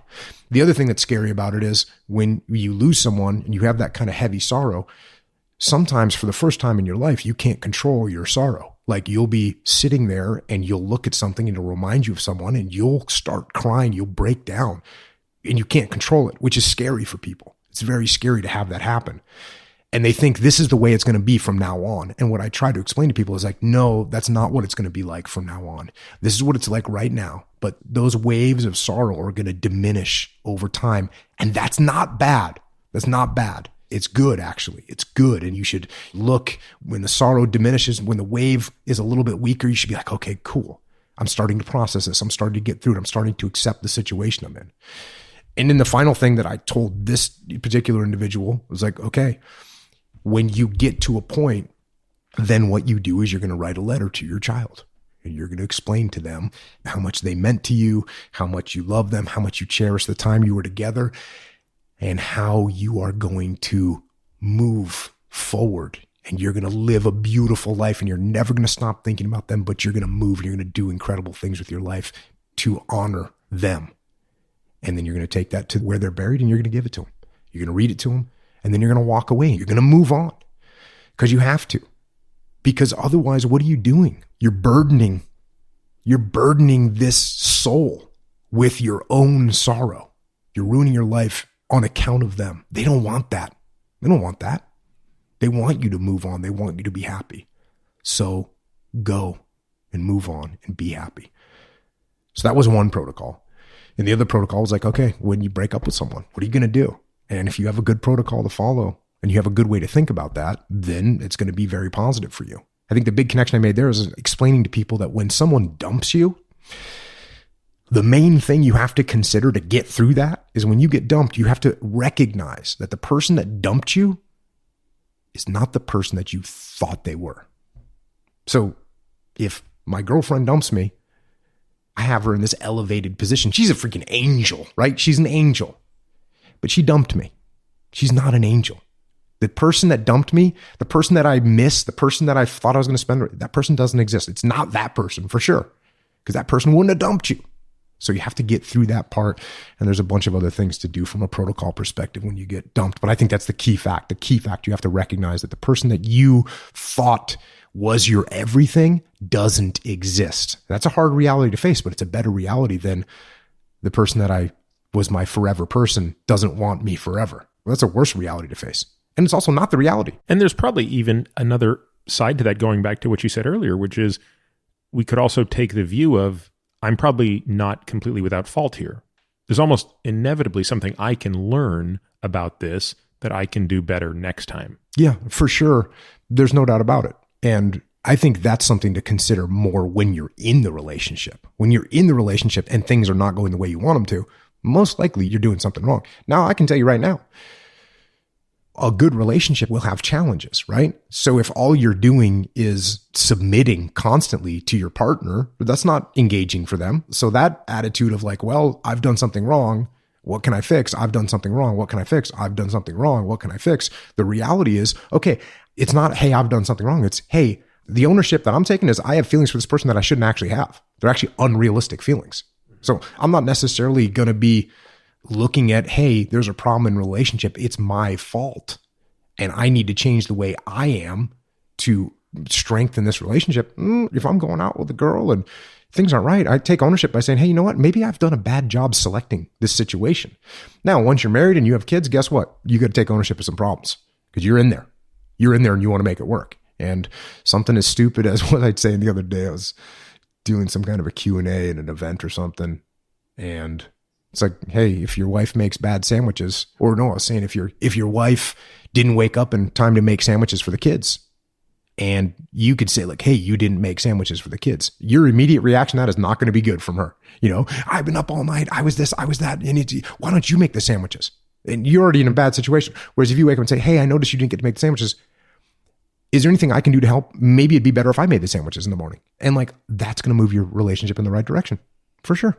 So get some. My 2 cents on relationship advice, and I wish I kept it, but in high school, college, medical school, I actually physically had these pieces of paper that I kept with me that were 2 lists. So each time you went through a relationship, and it could be a really meaningful one, or it could be one that turned out not to be very meaningful. But I always felt like there were 2 things I learned from these relationships, and they fed these 2 lists.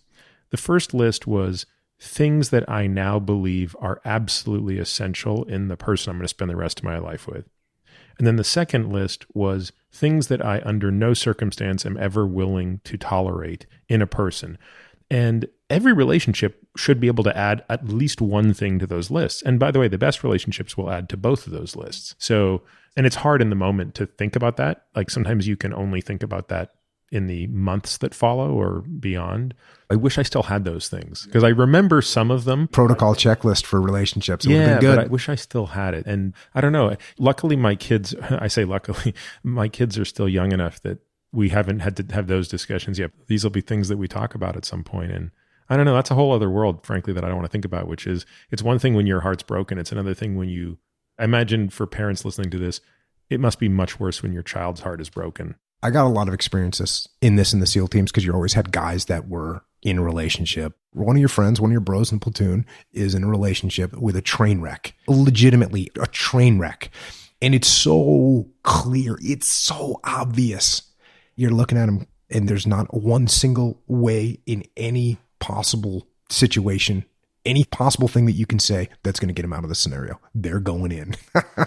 And it's awful. So this is what you see with your kids, right? You see your kids. And then the other thing that happens with kids, and it happens a lot, is everything is so important. Things that you know from your 47-year-old self or your 27-year-old self, you're like, oh, this is literally no factor at all ever in the world. And you are broken about it. This is also a good little sanity check to put on yourself, you know, and like how often are you upset or this is something that I don't know when I figured out, but bad things happen to me. I'm like, oh, okay, this is just no factor. I'm not going to waste one little bit of energy about what's going on right now because this is going to be fine and this doesn't matter.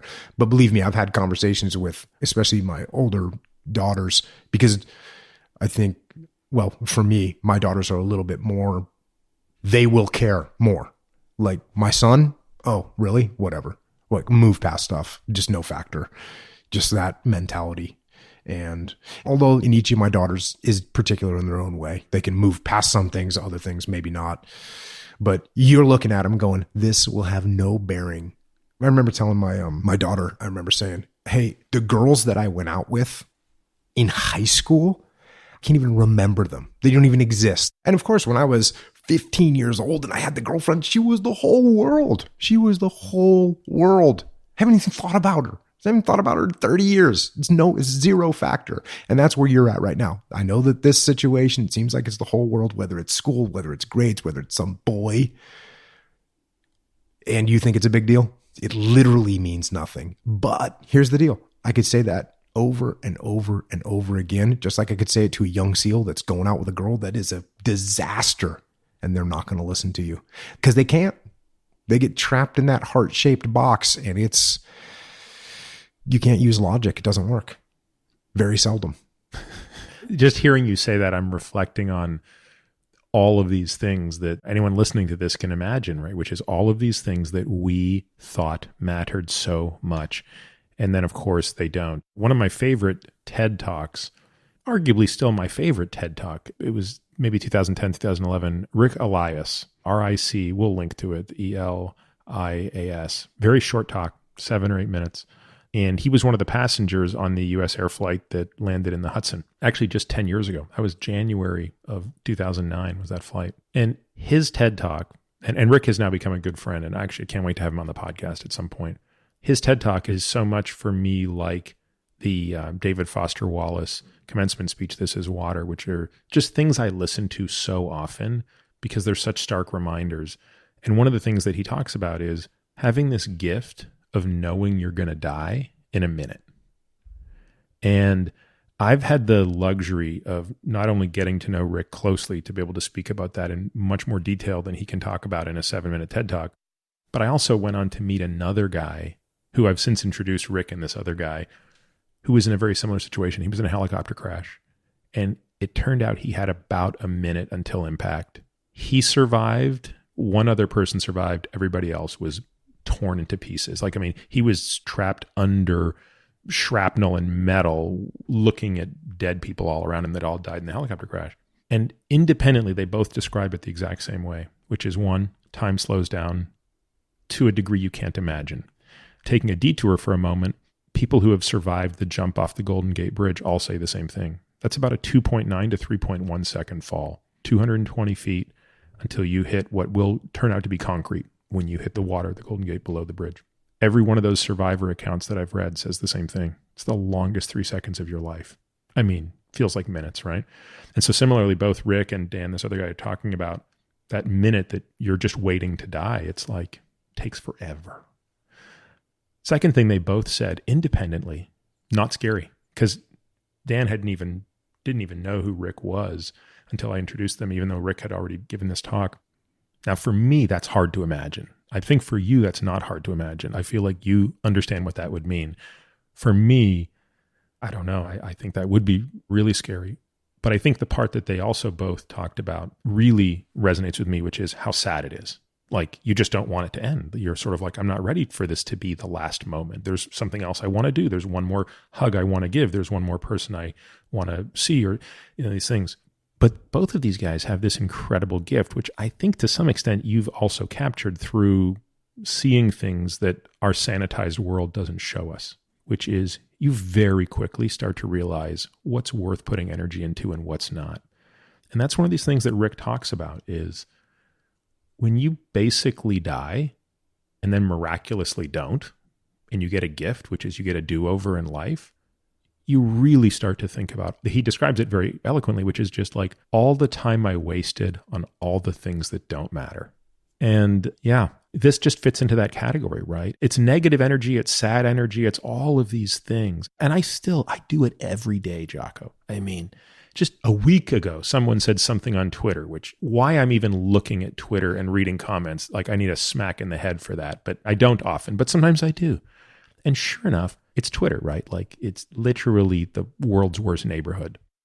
It easily stayed within me for like 3 hours, just thinking about why would somebody say that? Like, blah, blah, blah, blah, like, and it's not like pure negative energy. It's not like, I want to kill that person. No, it's just like, why would they say that? Like, how can they not understand this? What do they think? Blah, blah, blah. And then you look back and you're like, you wasted 3 hours. Yeah, you were doing something else, but you weren't doing it to the level you could have been doing it, right? You were distracted.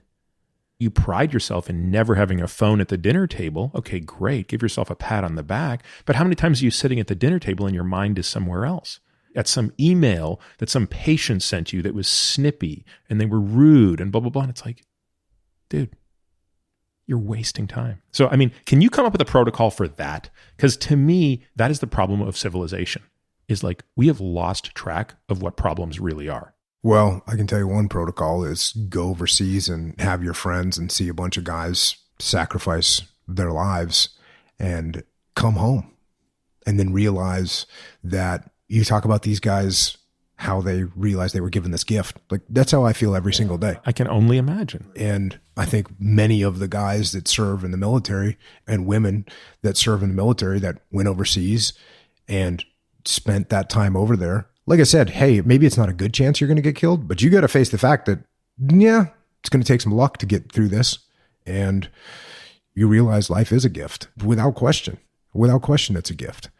I think also something that I talk about a lot, and I suppose there's some big philosophical kind of realm behind it because I hear people talk about it, but just having the ability to detach from what's going on and look at things from the outside.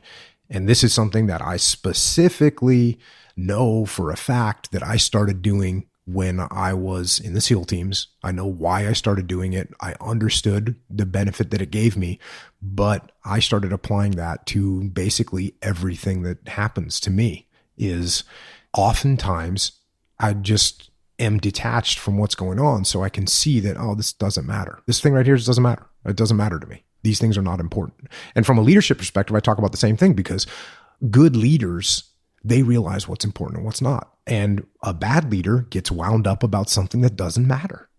That just doesn't matter. And it's really hard to watch because just like your teenage daughter doesn't realize that this thing doesn't matter, you get someone that's a leader and they're mad. They're mad about this guy disobeyed me and he didn't do the thing that I told him to do. And you're thinking to yourself, this does not matter. And so you tell them this doesn't matter. And you know what they say? But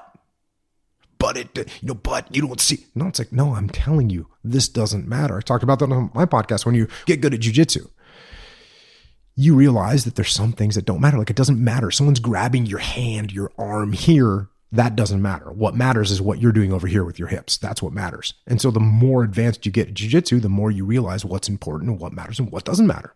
And so it's the same thing with life. The better you get at life, the more you're able to detach from inside your own just storm, emotion-filled, ego-filled, crazy brain. The more you can get out of that thing and you can take a step back and look at what's actually occurring, the better decisions you're going to be able to make. Again, I'm not saying you should be devoid of emotions, and I'm certainly not devoid of emotions.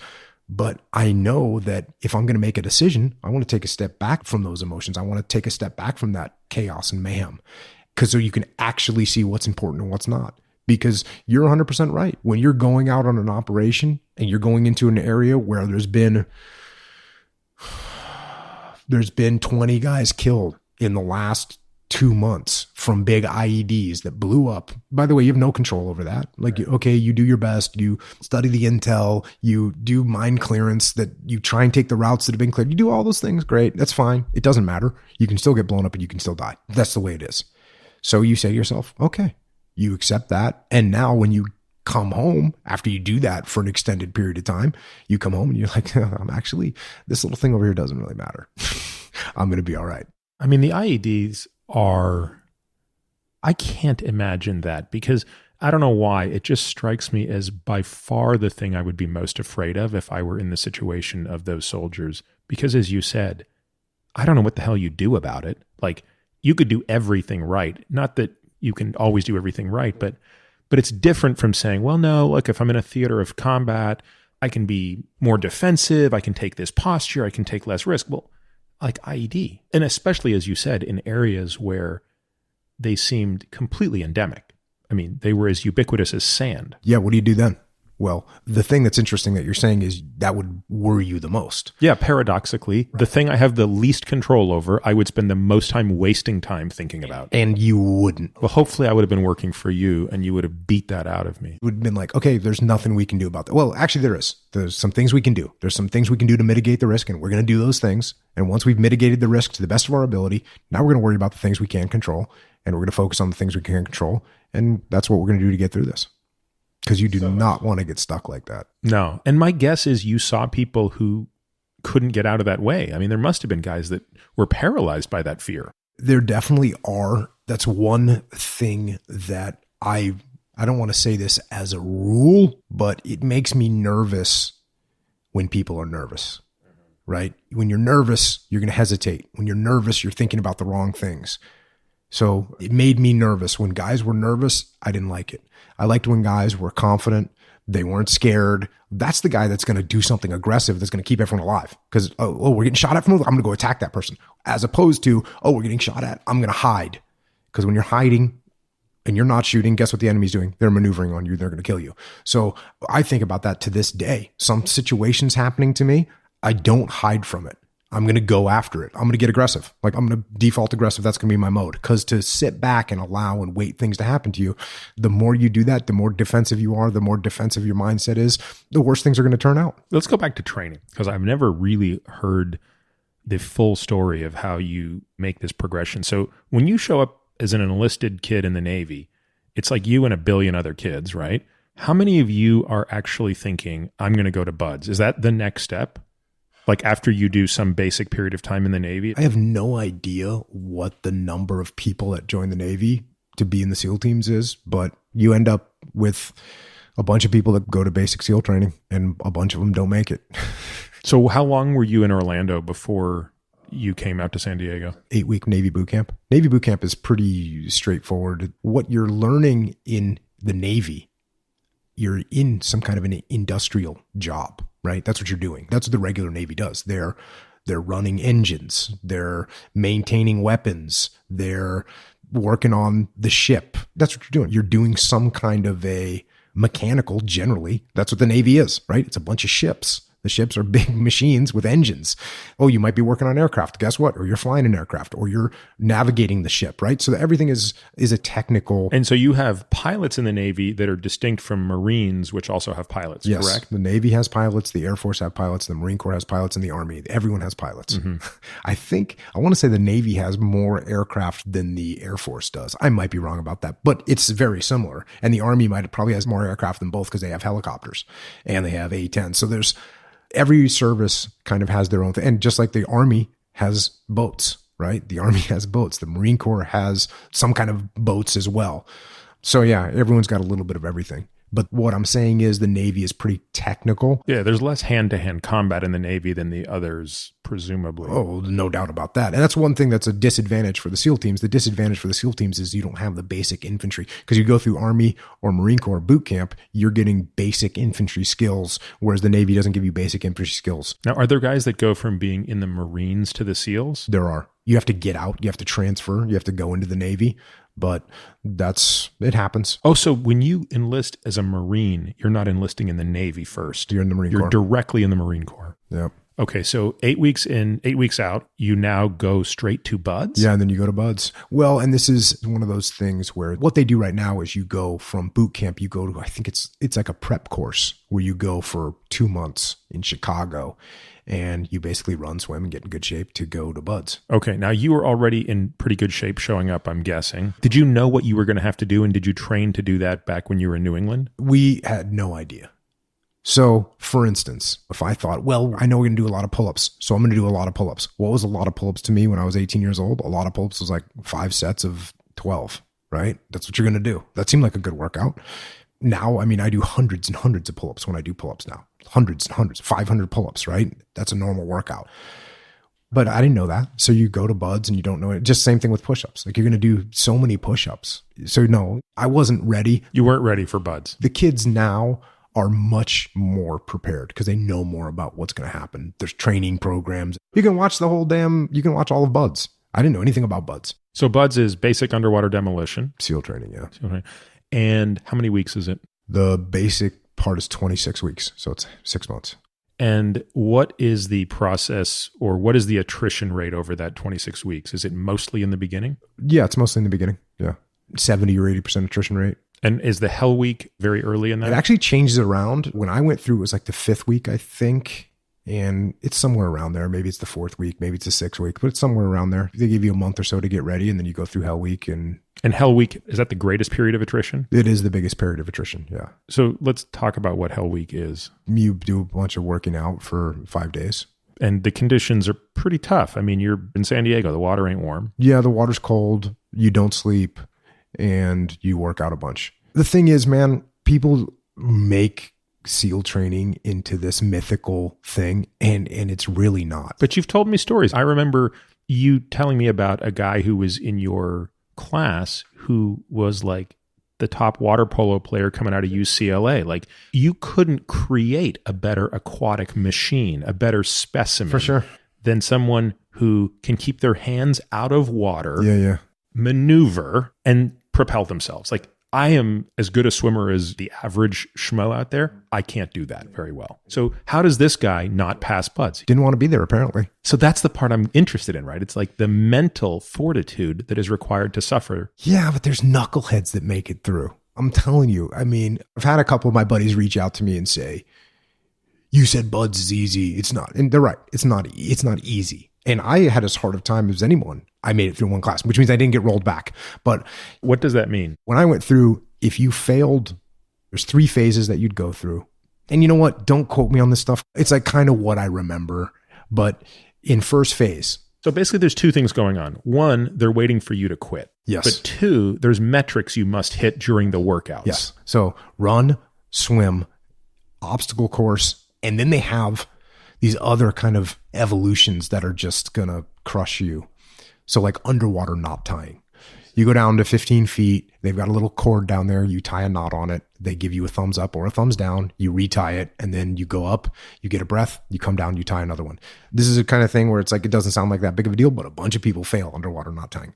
Life-saving. Same thing. You're going to rescue a SEAL instructor from quote-unquote drowning. And this person's doing everything to drown you. They're going to drown you. So that's one. Pool competency, which is where you're learning scuba, and they're bringing you down there, and they're ripping your mask off, and they're pulling your regulator out, and they're basically going to, again, they're going to make you as uncomfortable as they possibly can in the water, and you're either going to bolt to the surface, in which case you fail, or you're going to do the wrong procedures, in which case you fail. So they got these kind of things that you're constantly doing. There was also some crazy thing you told me about that. Like in the water, you had to do something like a pretty long breath hold with a pretty significant task. It was beyond the knot tying. Well, there's a 50-meter underwater swim, which is not that big of a... Without fins or with fins? That's without fins. Jeez, that's hard. I guarantee you could do that. You're a swimmer. So anyways, there's those, and then there are these timed evolutions that you have to do. Run, swim, and obstacle course. So to make a long story short, for me, none of those were easy. I was not a good runner. I was not a good swimmer. What was the run criteria roughly? Those I remember because those haven't changed, but there's a caveat to them. So the run, first phase, 4 miles, soft sand, boots, 32 minutes. Second phase, 30 minutes. Third phase, 28 minutes. So meaning you had to do 3 runs and clear those times successively? They were weekly. Okay. And you had to hit those times. And if you miss those times, you fail. So the last one's 28 minutes. So that's a 7-minute mile. 7-minute mile, which is a joke, right? Well, it's a joke on pavement, but it's not a joke in sand. Here's the caveat. The caveat is you're in sand, you're in boots.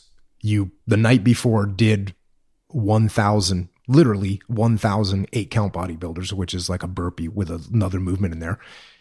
You slept for 3 hours. You're on the beach. It's cold. And the run that's supposed to be 4 miles is actually 4.2 for 2 miles or whatever. You have no idea. But so it's not as easy as it sounds. It doesn't sound easy. It crushes plenty of people. Now, if you ran track in high school, it's not going to be hard for you. If you swam in high school, the swims are going to be easy for you. If you wrestled, you're probably going to do pretty good on the obstacle course. So there's some advantages you can have. For me, it was all hard. I wasn't great at running. I wasn't great at swimming. And I failed to run. I failed to run because I decided I was going to pace myself. And by the way, you're not allowed to wear a watch. And so I wasn't wearing a watch. I paced myself. I said, I'm going to save a little energy. So I went out and was coming to the finish line. And the guy started pointing to you can go over there and take a knee. He's pointing to the ocean, which means you failed. And so I'm seeing him, I'm like, damn it. But from then on, I just had to run as hard as I possibly could because you have no idea how long it's going to be. You have no idea what your time is. So I would just go out from then on. And you don't run together. You're staggered in the start? This is like on your mark, get set, go. Everybody. Yeah, everyone. Every man for himself. And so, yeah, some people passed, some people failed. That's the one that I failed. So I failed to swim as well. And same thing. And actually, this one, I was swimming with a guy who wasn't the best swimmer. And this wasn't a funny story.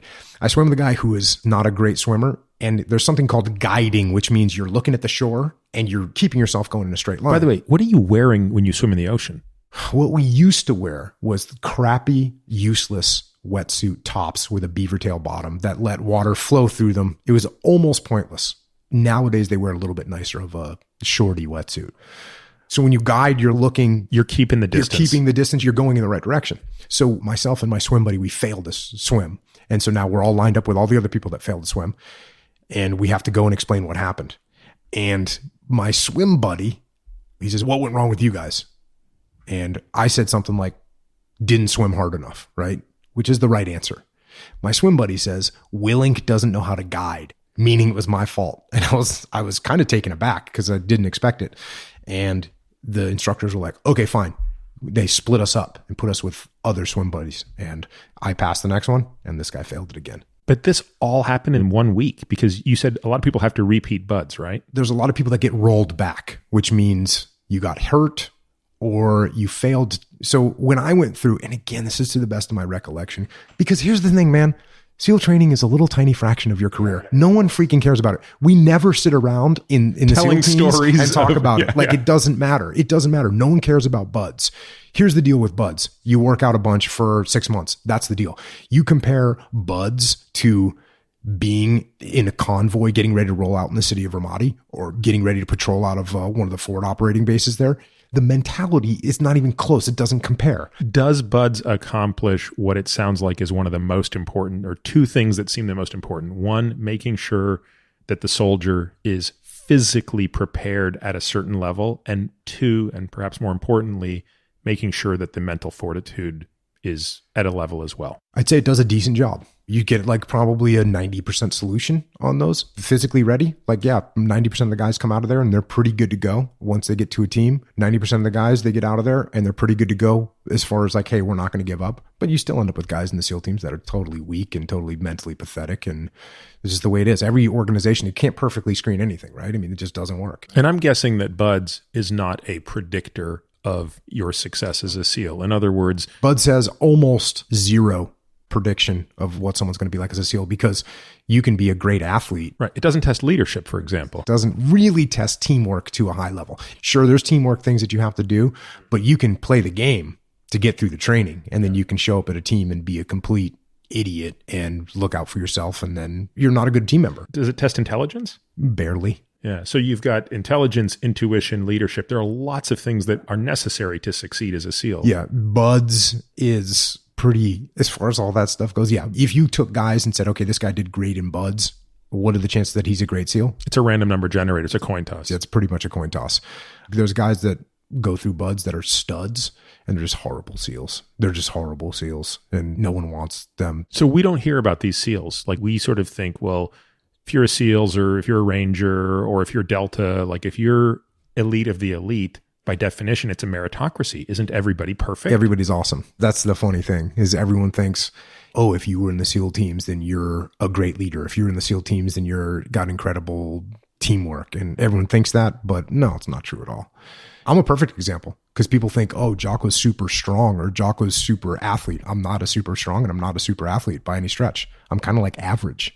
I'm kind of like low average, and do I work out a lot? Sure. I work out a lot, but I couldn't win a damn weightlifting competition in any situation. I'm just not that. So I'm a good example of the fact that people get a mythical idea that every SEAL is a great leader, or every SEAL is a great athlete, or every SEAL is incredible mental fortitude. When did you get out? 11? 2010. God, it's hard to believe it's been that long. It is. Oh my God.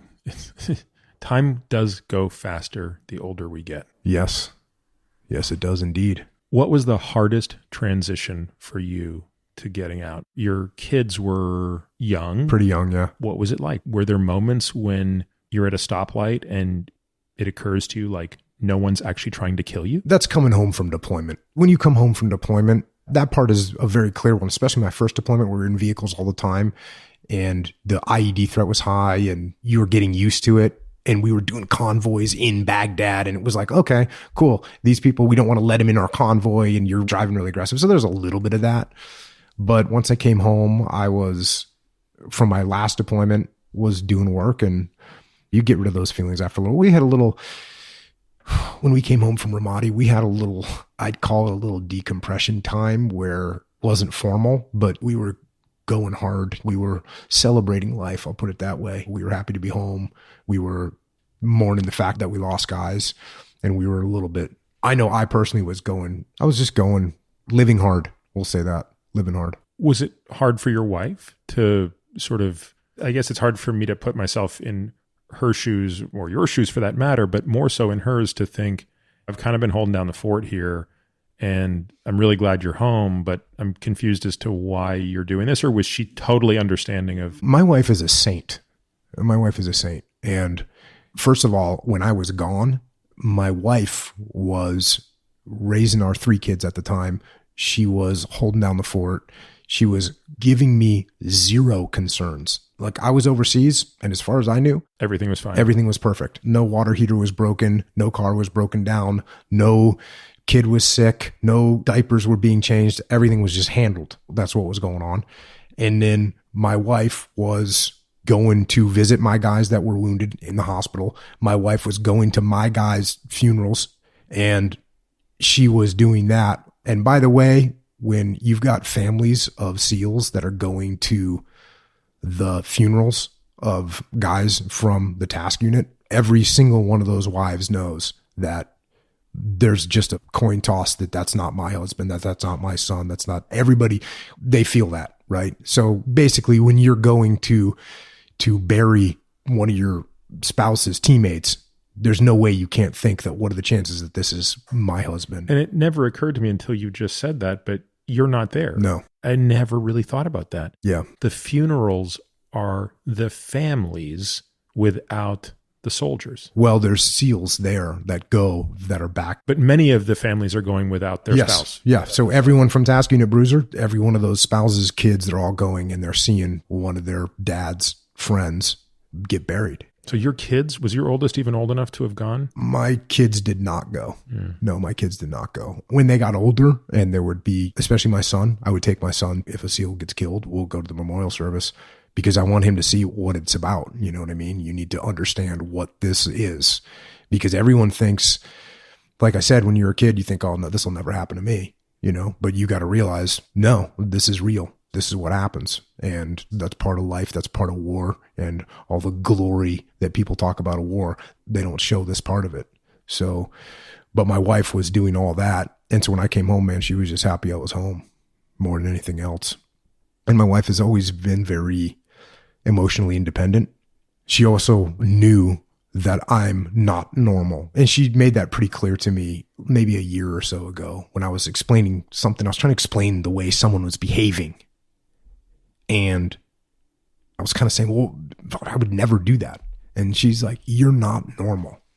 And she didn't say it. That's not a derogatory statement. It's the first time where she said it, because she'd said it before, but she said it in a way that was, I was thinking about it. She goes, the thing is, you're not normal. And I thought about it. And I thought, you know what? She's right. I'm not normal, and that's fine. But as far as me coming home, she was awesome. And when I said that she basically supported me with what I was doing. Here's an example. I'm a total jerk when it comes to jiu-jitsu. And we were married. I was in in a platoon. I was in a task unit. And when I'd come home from work at 7:00 at night, I would grab my bag and I'd go train jiu-jitsu. And then I'd get up the next morning at 5:00 in the morning and I'd go to work and she wouldn't see me all day. And I'd come home and 7:00 the next day and I'd pick up my bag and I'd go to jiu-jitsu. And I would say of the hundreds and hundreds of times that I did that, there was probably 3 times that I can remember where she was actually looking at me with a look of disappointment. Like, are you serious right now? You've been gone for 3 weeks. You've been working every night until 7:00 and you're going to actually go and train jiu-jitsu instead of hanging out with your kids for an hour before they go to sleep. And 3 times out of hundreds and hundreds of times is pretty legitimate. But she realized that I'm not normal and that she realized that her objections to that were not worth it. Because now all of a sudden I'm not doing something that really is important to me. Not that my family's not important to me, but this is my release. This is my thing. So she cleared me hot, almost every single time other than maybe 3. But it's funny. Like, I remember we were talking maybe last year at some point and you said something that really resonated with me because each passing day I feel it more and more. And it was, we were talking about doing something, going somewhere, and you were like, there is nothing I like doing more than hanging out with my family. Like, when it's me and my wife and my daughters and my son and we're at home, like, there's really nothing else I want to do and nowhere else I want to go. And it's sort of funny. Like, I've been reflecting on that and I was like, I kind of feel the same way. Like, I just never like going anywhere anymore. I really most enjoy being home. Yeah. And that's a relatively recent phenomenon for me. I don't know. Was that an evolution for you? Well, 2 things. Number one, I'm doing jiu-jitsu, right? I'm working out every day. If there's waves, I'm surfing. I play guitar a lot when my family's sitting around, whether they want to hear me or not. But those are some things. So I definitely want to do those things. And to be quite frank, if there was a war going on and I was still active duty, then I'd want to be going doing that. And this is another crazy thing about my wife is like, I used to tell my wife, think about this. This is hard. And I caught some flack. I said this on the podcast, but here's the reality of the situation. I told my wife, I was like, the teams is my number 1 priority. The SEAL teams is my priority in my life. You are up there, but that's my number 1 priority. And that's a crazy thing to say, right? That's just a crazy thing to say. And one of the things that I didn't really make clear on the podcast when I talked about it is one of the reasons that it's not just it is my priority, it has to be my priority. It has to be my priority because here's the deal. I'm going to go overseas. I'm going to be in a combat situation. The best thing that I can do for our family is be completely and utterly as prepared as I possibly can so that when things happen, I'm ready so I can come home. And by the way, it's not just me. I got 40 guys that are counting on me to make the right decisions at the right time so they come home too.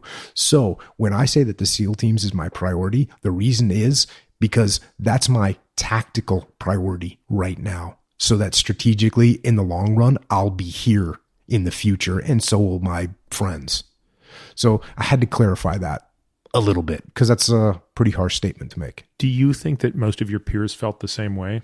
Most, I don't know, but a lot of them, man, I'm telling you, when you're in a SEAL platoon, when you're a young guy in a SEAL platoon, there's nothing else in the world. The rest of the world doesn't exist, or it exists only for you to go and get into. But thinking about what you said a moment ago, right, which was if tomorrow there was a need for you to go back and serve under the same conditions, so not in some nice green zone where you're there in part, but you're actually back out there in front of the IDs, you would do it again. Yeah.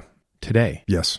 You have 3 kids. You have a wife. I have 4 kids. I mean, you've got different responsibilities than you had when you were 25.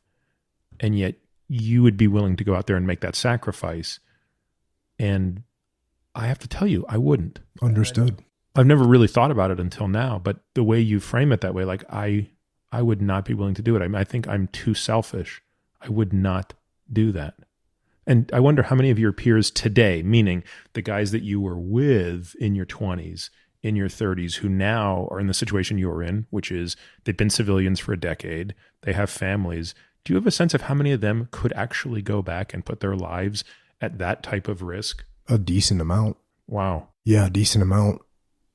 Yeah, there's something, you use the word selfish to describe yourself. And I mean, that's obviously pretty harsh, but to go in the opposite direction, there's something incredibly unselfish about the guys that I used to work with and the guys that still serve right now. And it's not a completely, I don't want to make everyone out to be these kind of angelic people, because there's definitely some self-gratification in it. Like, you love doing this. And so it's not 100% just you're an angel, but there's guys that are willing to sacrifice. I mean, that's what the U.S. military is filled with. The U.S. military is filled with men and women that are willing to set aside everything that they have, including their life, because they believe in a higher ideal. And yeah, that's a huge, huge, incredible thing. That's why it's so incredible to have been part of that in any way. It's incredible. Do you think part of it is just, if you believe the idea that there's no such thing as true altruism, right? So even when we act at our most altruistic, it's because we are getting something from that. We are getting a sense of connectedness. We are getting a sense of joy, a sense of pride, a sense of relational connectivity. So what you're describing is like this higher calling that says, look, I mean, there is no higher honor. Do you think that there's just something missing from the world today versus the world in the 1940s, post-World War II? You know, David Brooks has written about this quite a bit in a book that he wrote several years ago called The Road to Character, where he talks about the difference between eulogy virtues and resume virtues. And he talks a lot about a big turning point, which was sort of post-World War II. During the Second World War, you didn't just have to be a soldier to understand sacrifice, right? The women who weren't going to war were killing themselves here, making ammunition. Everyone in the country knew what a sacrifice was. Now, the highest sacrifice was paid by the young men on the front lines, but everybody was connected to that. Vietnam, which would be the next major conflict, I guess Korea, but then Vietnam, it became disconnected. And I would argue that what you went through was even more disconnected. So part of the argument of Brooks is we lost something when we lost that connection. I don't think he articulates it that way, but the gist of it was many good things happened from the progression of society through the 60s and 70s and beyond. But one of the things we sort of lost was this sense of something greater than ourselves. I guess I wonder if that's part of what appeals to you still is, why would you risk today, potentially, again, as a thought experiment, not seeing your family again? There must be something really, really amazing to take that risk. And that amazing thing is it this sense of a purpose that goes so far beyond anything you can contemplate as a civilian? Yeah, I guess it is, because it's very clear to me. Yeah, when you ask this question, it's a little bit, as I listen to you, the fact that you would miss it. You're like, no, I wouldn't do that. Not even like, well, I get it. I mean, we could press you further. Like if it was an existential threat to you and your family, you'd be on the front line. So there's the difference. I guess there's the connection part that you're talking about. And I guess for me, I still have a connection in my blood to the guys that I worked with, from the guys that raised me in the SEAL teams, that if there was something that they needed me, your thought is, well, yes, I'll be there. I think part of it is I just feel like my world is shrinking as I get older, and I feel less and less important. I think I'm converging on a point where I think technically the only thing that matters is my family, and they're the only ones who I can really influence in a way that matters. And therefore, my life is not that important outside of that. I don't think I have enough belief that I matter or can make a difference outside of that. That sounds like such a nihilist view, which is not how I don't want to take that to an extreme, or I can just imagine how many people are going to write and say, oh, you're an idiot for saying that. But again, I'll try not to read it, right? But I just think I have a shrinking view of my place in the universe. I think I feel less and less significant as time passes on. And that's not a bad thing for someone with my appetite for grandiosity, to feel less and less significant. But it converges to, yeah, you know what, in the end, like outside of your kids, your wife, your closest friends, family, like you're sort of irrelevant. Like if you fell off the planet tomorrow, it wouldn't matter. The earth wouldn't even slow 1 degree on its axis.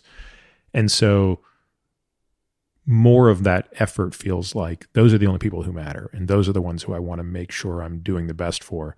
So I guess that's where it comes from. But it also says that I probably can't relate to, even when I watch a movie like Saving Private Ryan, which, I mean, I'm sure everybody has seen that, but if you're listening to this and you haven't seen it, you must watch it. That opening scene is riveting on many levels. But one of the levels, because I actually went to Normandy by total coincidence. I was there in December of 99, and I happened to go to Normandy on December 6th of 99, which if you're like me and you like to do the math, you realize is 666 months to the day from the D-Day invasion, June 6th of 44, or 45, sorry. So in December, which is not a nice time in the year to be in northern France, the weather was horrible. But it actually looked just like the photos of that day, which is why that invasion was so challenging, because you didn't get what you expected in June. One of the gifts of doing that was there was not another soul at the cemetery. So you could see 10,000 crosses virtually unobstructed. Also, when I climbed down the cliffs at Omaha, it was like awful. It was like the weather was awful. And so I got to look up and see, or at least try to imagine, what it would have looked like to be a lamb in a slaughterhouse. And what occurred to me was what you said a second ago, which was, how many of those kids died? How quickly did they die? And how easy is it to forget, right? How many dreams were never realized? And that was another thing that, I mean, just made me cry, was looking at the dates on the crosses. Because even by that point, I was in my late 20s or something. And I realized that virtually all of them were younger than me. And I was like, wait, this guy never got to go to school. This guy never got to go to college. This guy never got married. And I don't know. On the one hand, I think they died with more purpose than I'll probably ever have. But more than that, I was riveted by, but did that person's actual life matter more, dead or alive? In other words, like, would we have lost the war if John Smith hadn't died on that day? These are silly arguments that are circular, but the answer to that question is no, we wouldn't have lost the war if John Smith didn't die on that day. But if we didn't have hundreds and hundreds of thousands, millions of John Smiths that were ready to go and make the ultimate sacrifice, darkness would have prevailed. Changing gears from it, how do you think about warfare in that evolution that we just talked about, right? World War II, Vietnam, Afghanistan, Iraq. Don't forget Korea. I have forgotten Korea twice now. They call it the Forgotten War. Yeah. There's a reason. Yeah. There's a reason. And Korea was a complete nightmare in many respects. And all wars are hell. And Korea's right up there. Right up there. Korea was 50. Yeah, what, 51, 55, something like that? Yeah. Yeah. How much of an evolution took place between World War II and Korea from a military, strategic, and tactical point? Pretty similar, except for the fact that towards the end of Korea, it turned into almost like a trench warfare scenario. Like almost a World War I type scenario over the demilitarized zone. Yep. They were in trenches. I mean, not even kind of. They were in trenches. And they're fighting over, could we push their trench back 100 yards? So that kind of happened. But we had at least learned, like, okay, you know what? We're in their trench and they're in their trench. It's kind of hold what we got here for a little while. Instead of which World War I, to me, World War I is the ultimate just nightmare of a war. Remind me the casualties, because they always blow my mind. And this is like, I talk about how good my memory is. This is something I constantly forget because it's so upsetting. World War I, Battle of the Somme, 60,000 casualties in the first 24 hours. To put that in perspective, what was the casualty on the American side from 9/11 till today, approximately? I don't know, less than 10,000. And 10,000 was the D-Day invasion within 4 days. Yeah. So the casualties are in those wars were completely insane. Completely insane. And World War I was a special kind of nightmare. The thing that I hate about World War I is it didn't really matter how good you were with tactics, with leadership, with your skill level. You were going to get told at 0600 when you hear the bugle or you hear the whistle, you're going to go over the top and you're going to charge. And by the way, at 5:45, another battalion went, and you're going to hear them get mowed down. They're not going to survive. And 10 minutes later, another battalion is going to go. They're not going to survive. And then at 6 o'clock, you're going to go, and you're not going to survive. And there's nothing you can do about it. That is the most sickening war. I hate that war. I hate all wars, but that one I especially hate because of that. And because there's some horrible things. In World War I, if you were an able-bodied man in England, and for whatever reason you weren't in a uniform, or you weren't going into service, so let's say you were the sole support for their family, and they wouldn't have to go.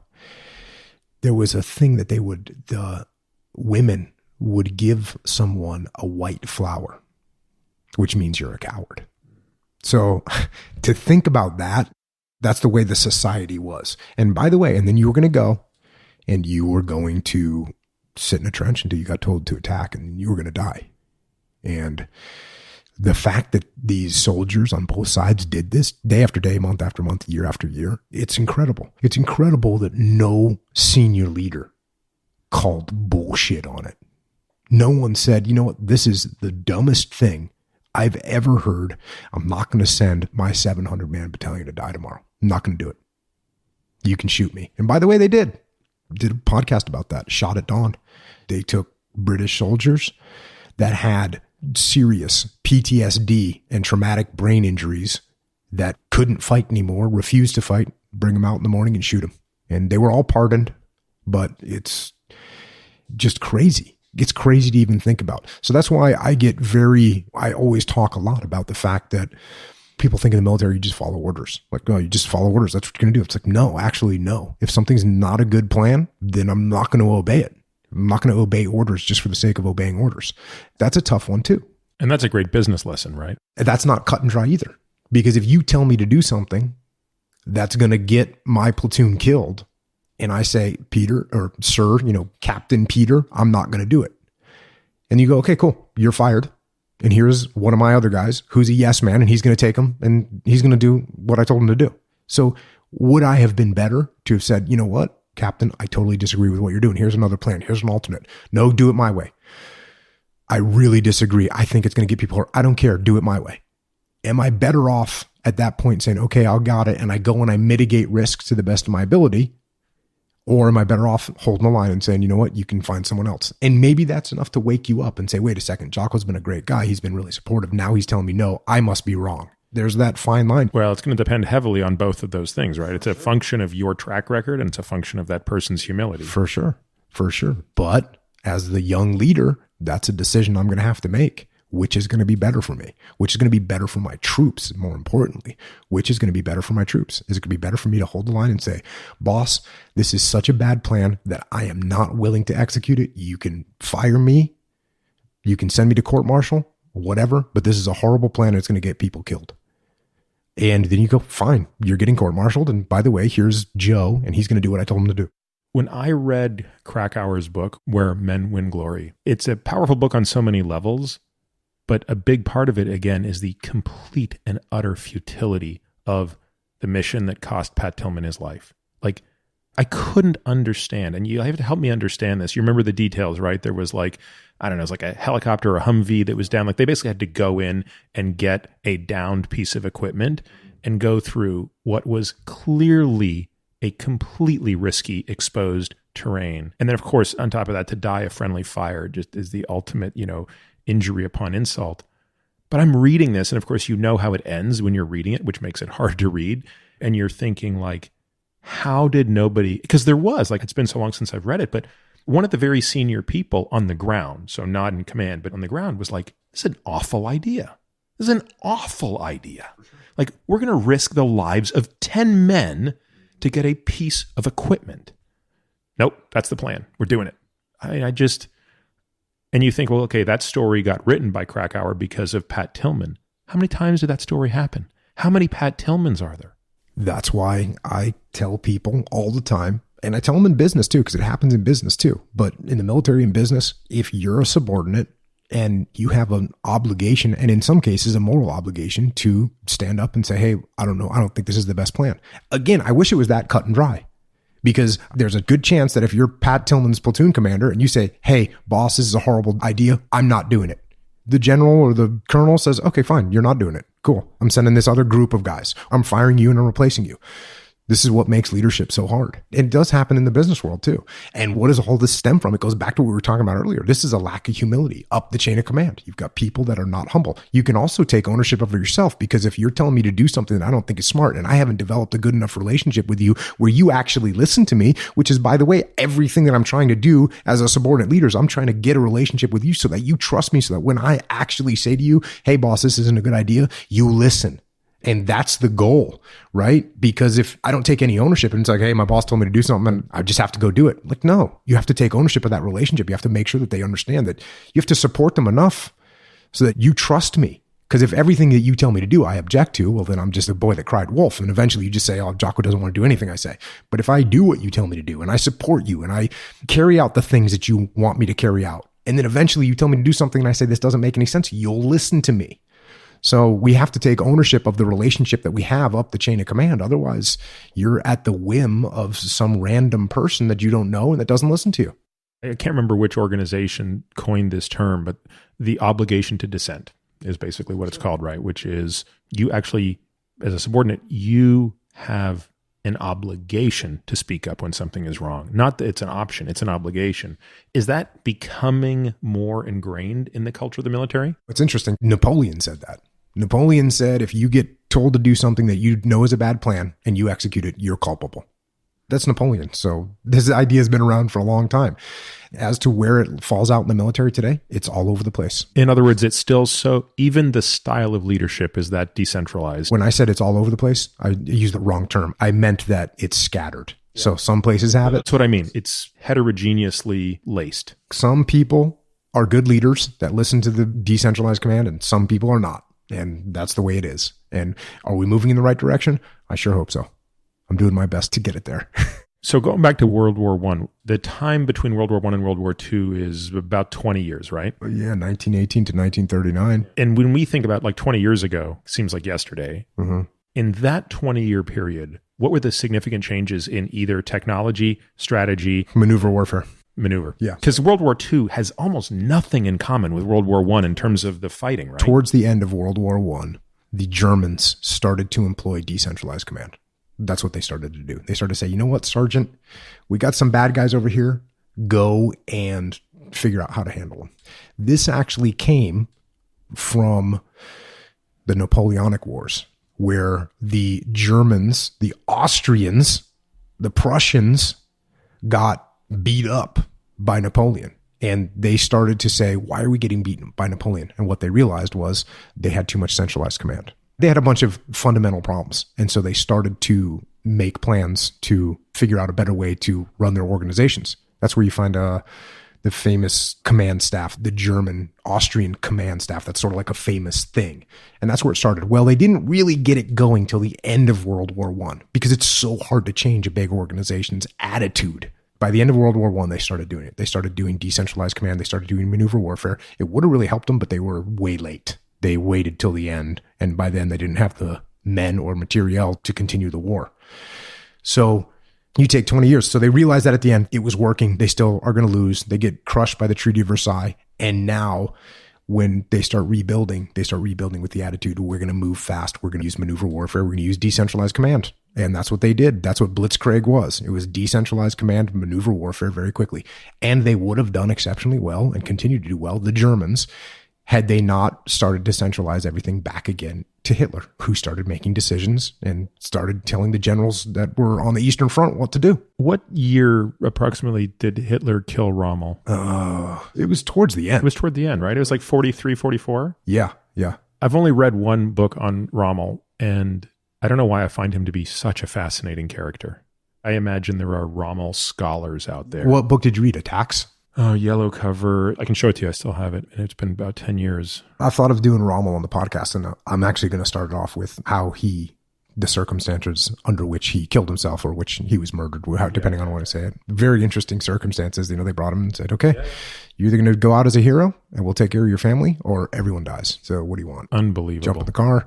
Hitler thought he was part of the group that tried to kill him, which I don't think he was. Certainly that's not how I read it, was that he was not. One of the guys who worked for me many years ago loved the book so much, because after I read it, I think I bought a copy for all the guys that I was working with, and he typed up these incredible notes from it I'll find them and send them to you. You will love this. It's like 20 pages of like... Was it a book by Rommel? No. Because his most famous book is Attacks. Yeah, no. That's the book when George C. Scott is playing Patton and he's saying, I read your book. Because that book is about World War I.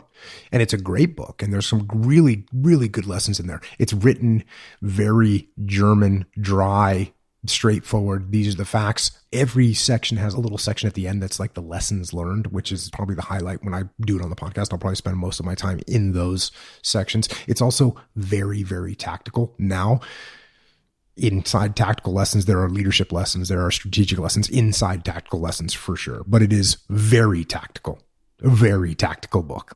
The Rommel Papers. Okay. That's the one. I'll take a look at that one. Yeah. And it's funny. You think about how even at the level of an enormous war, slightly different decisions, right? Like you could argue Hitler's arrogance in North Africa 100% cost them the war. And his arrogance to think I can fight on two fronts in the West and in the East. That's probably the bigger one.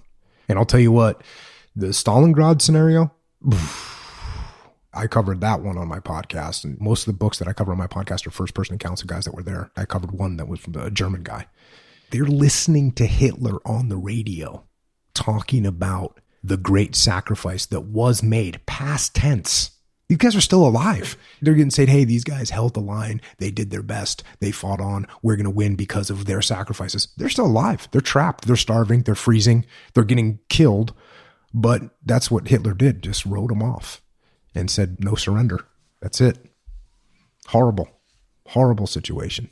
But the difference is that World War I was, hey, we're going to be in these trenches, no decentralized command. And then that's the big thing that the Nazis changed was we're going super decentralized command at the beginning of the war. And that's why they were so effective with Blitzkrieg. Here's the goal.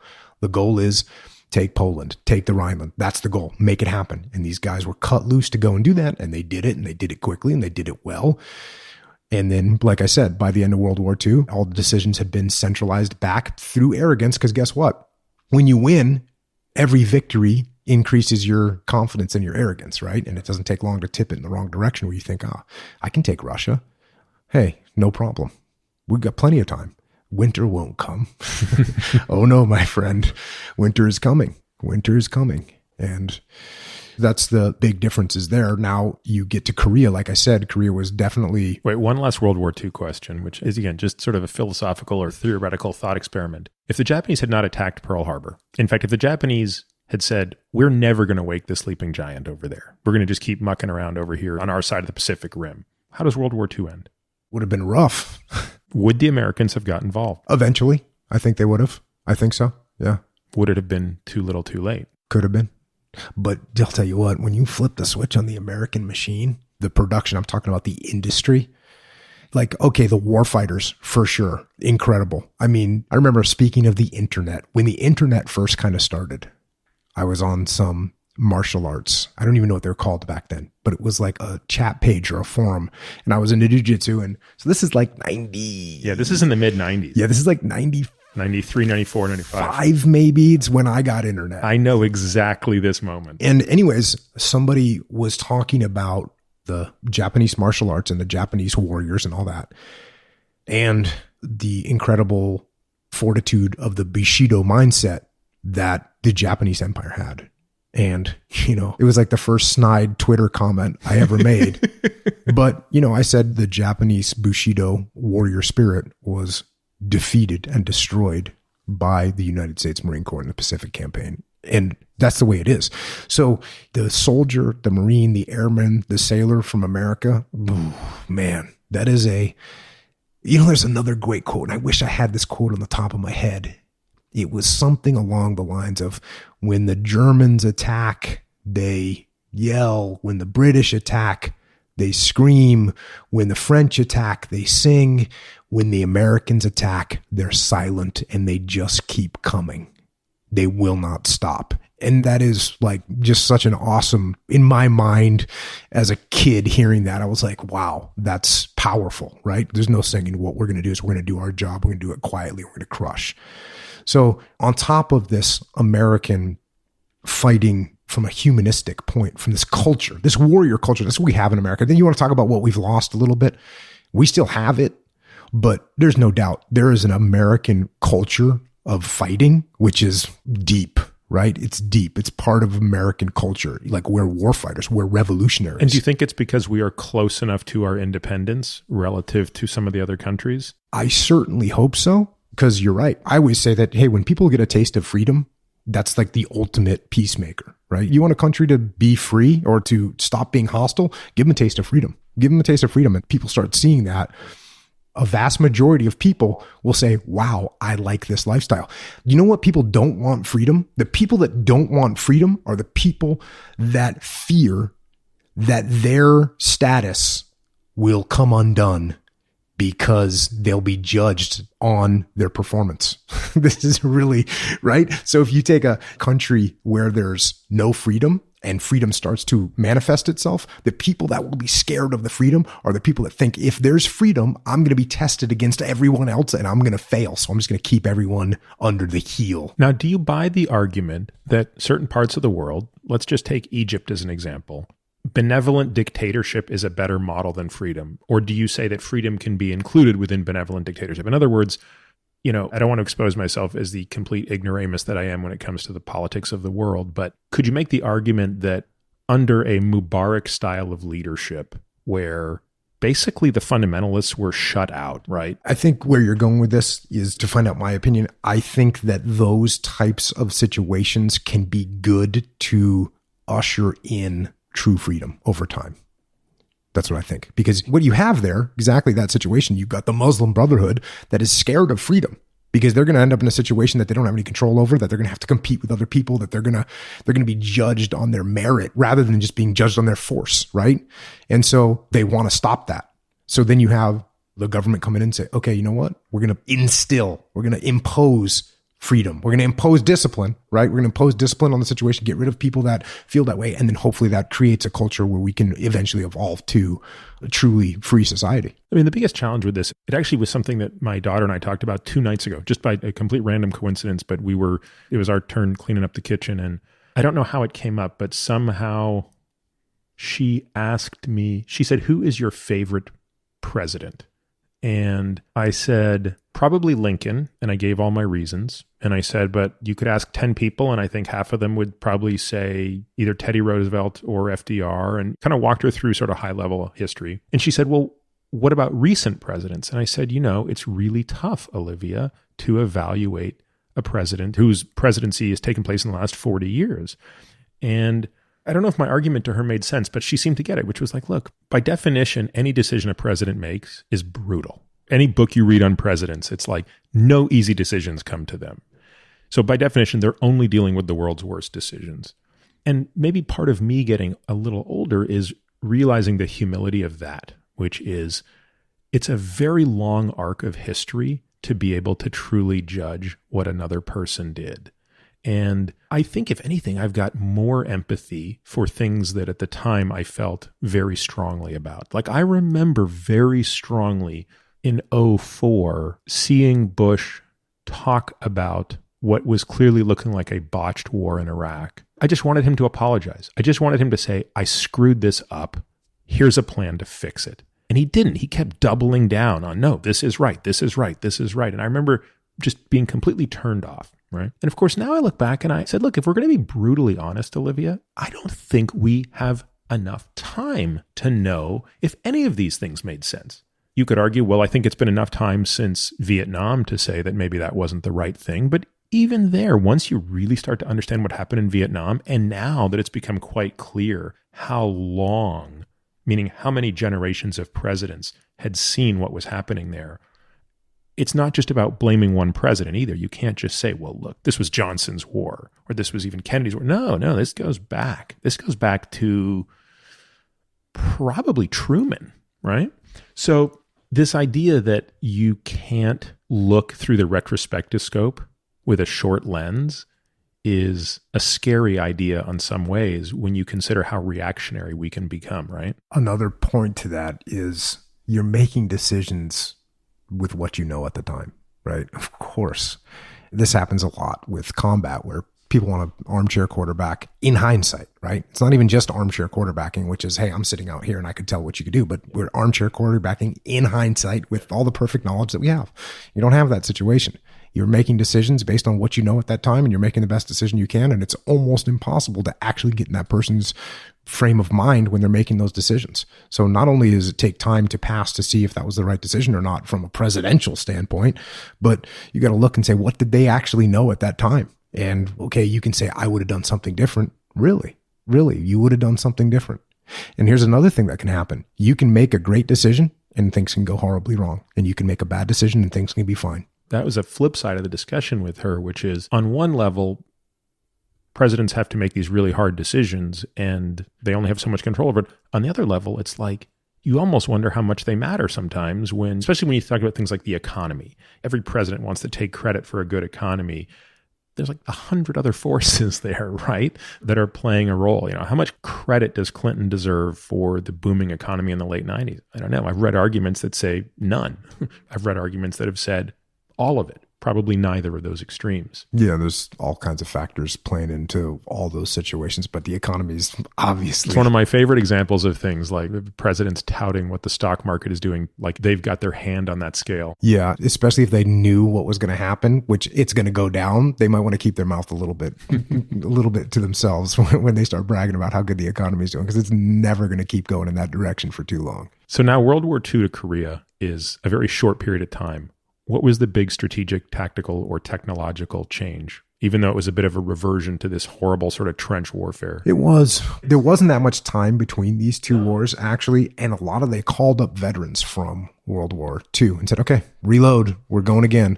And one really interesting story is, Dick Winters, who is the guy that's the commander of the 2nd of the 506 in the Band of Brothers series. You've seen that, right? I have, but I don't recall his name. Okay. So he's just an incredible leader. I've covered books about him and his book on my podcast. And I talk about Band of Brothers all the time because Band of Brothers is a really incredible leadership story.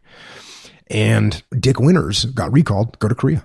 And they got to San Francisco and they said, hey, don't know what the criteria was, but it was something like, if you've done 2 years of World War II, step over here. And they went over there and they said, does anyone not want to go? Because you don't have to go. And Dick Winters was like, I'm not going. So this was what I was thinking about when you were asking me. Yeah. Like there's an example of a guy whose commitment and whose leadership is impeccable. And he had come home.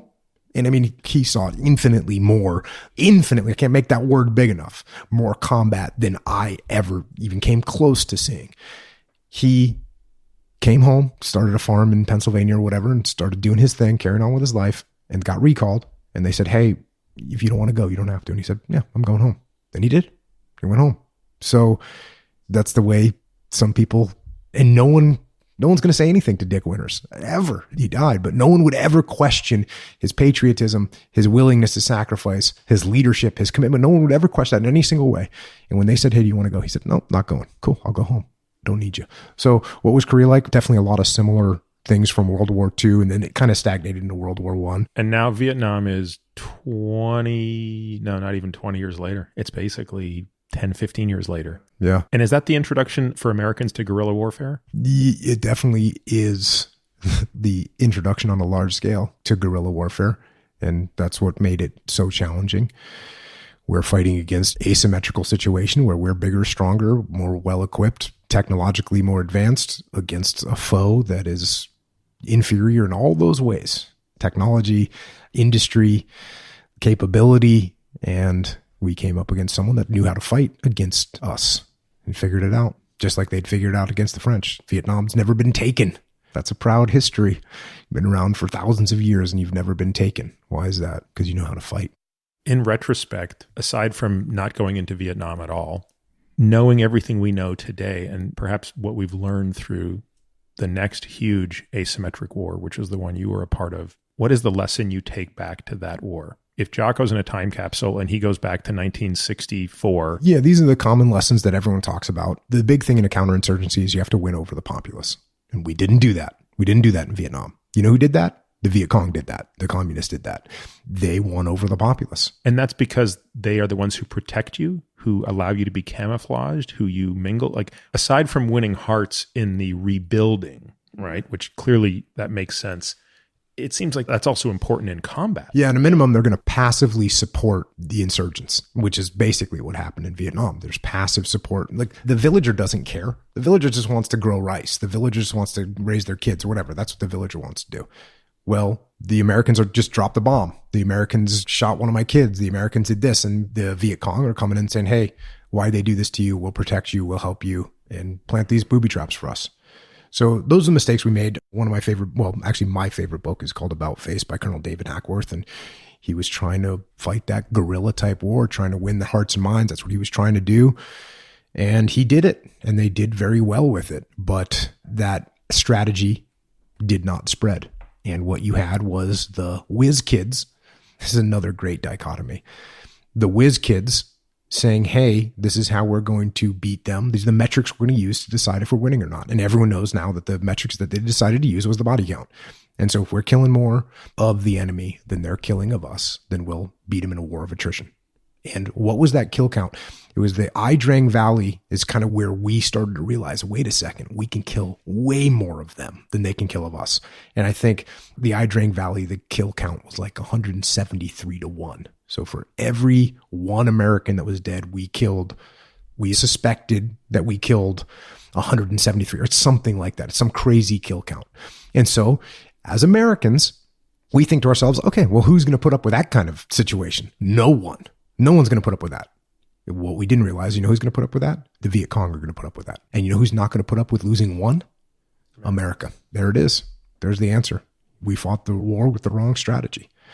And you stick to your guns and those whiz kids. And my point is, because I do this with businesses, the leadership consulting company, and sometimes what we deal with is we deal with companies that are looking at metrics, and they're looking at metrics really hard, and they bring in a consulting company. And what's that consulting company going to do when they get there? They're going to look at the metrics, and they're going to start saying, okay, here's what you need to do to win. You need to drive these metrics over here.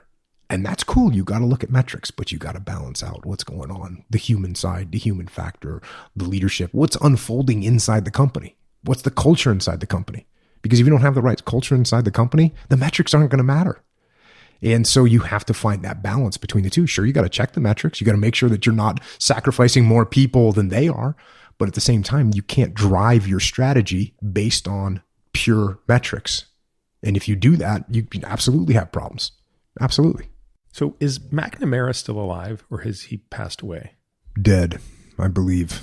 Westmoreland's definitely dead, because I remember when he died. I'm trying to remember. Wasn't McNamara the one that they did the documentary on the fog of war? Possibly. I feel like there was a pretty good documentary done. Either I didn't see it or I saw it so long ago I don't remember it. Did he ever come to grips with the mistakes of Vietnam? I don't know. Not a whole lot of ownership across the board, though. I can tell you that much. So then we fast forward to the first Gulf War, right? Which is in many ways like the greatest technological leap forward, right? Yes. In terms of like warcraft. Yeah. Yeah, because we're talking smart bombs. Yeah. Yeah, stealth, right? Yeah, night vision. Oh my God, I never even thought of that. You didn't even have night vision. Vietnam, they had like starlight, but it wasn't anything even close, not even remotely close to what we have now. So in some ways, you could argue, quote unquote, the problem with the first Gulf War is maybe a false sense of confidence that this new style of warfare, this shock and awe, this complete, like, there's probably no greater delta in the technologic advantage between two entities than that war, right? That's a good one. Yeah. And then that becomes the setup of the hubris a decade later, right? Yeah, I guess. But let's say in the second war in Iraq, we just said, you know what we're going to do? We're going to get Saddam out of power and then we're going to leave. If we did that, we would have done it really quick. Yeah. It was over pretty quick. And then if we would have said, okay, cool, we're done, figured out, we would have been similar. It would have been a similar situation, over very quickly. I mean, the first one was over in 72 hours, I think, of ground fighting. The second one, a few months. It's interesting, as a civilian, I had a hard time in my mind when the news was coming on to understand the difference between the different fronts, to understand that there was something going on in Afghanistan and there was something going on in Iraq, and these were under very different control, right? Mm-hmm. How interchangeable were the macro units between those two? In other words, were there teams of SEALs also in Afghanistan, but the groups that were in Afghanistan were always going to stay in Afghanistan when they were deployed, or were you going back and forth potentially? All services were going back and forth. Yeah. So Marines were going to both, Army were going to both, the special operations were going to both. Yeah, for sure. You can find all of this information and more at peterattiamd.com/podcast. There you'll find the show notes, readings, and links related to this episode. You can also find my blog at peterattiamd.com. Maybe the simplest thing to do is to sign up for my subjectively non-lame once-a-week email where I'll update you on what I've been up to, the most interesting papers I've read, and all things related to longevity, science, performance, sleep, etc. On social, you can find me on Twitter, Instagram, and Facebook, all with the ID peterattiamd, but usually Twitter is the best way to reach me to share your questions and comments. Now for the obligatory disclaimer. This podcast is for general informational purposes only and does not constitute the practice of medicine, nursing, or other professional healthcare services, including the giving of medical advice. And note, no doctor-patient relationship is formed. The use of this information and the materials linked to the podcast is at the user's own risk. The content of this podcast is not intended to be a substitute for professional medical advice, diagnoses, or treatment. Users should not disregard or delay in obtaining medical advice for any medical condition they have and should seek the assistance of their healthcare professionals for any such conditions. Lastly, and perhaps most importantly, I take conflicts of interest very seriously. For all of my disclosures, the companies I invest in and/or advise, please visit peterattiamd.com/about.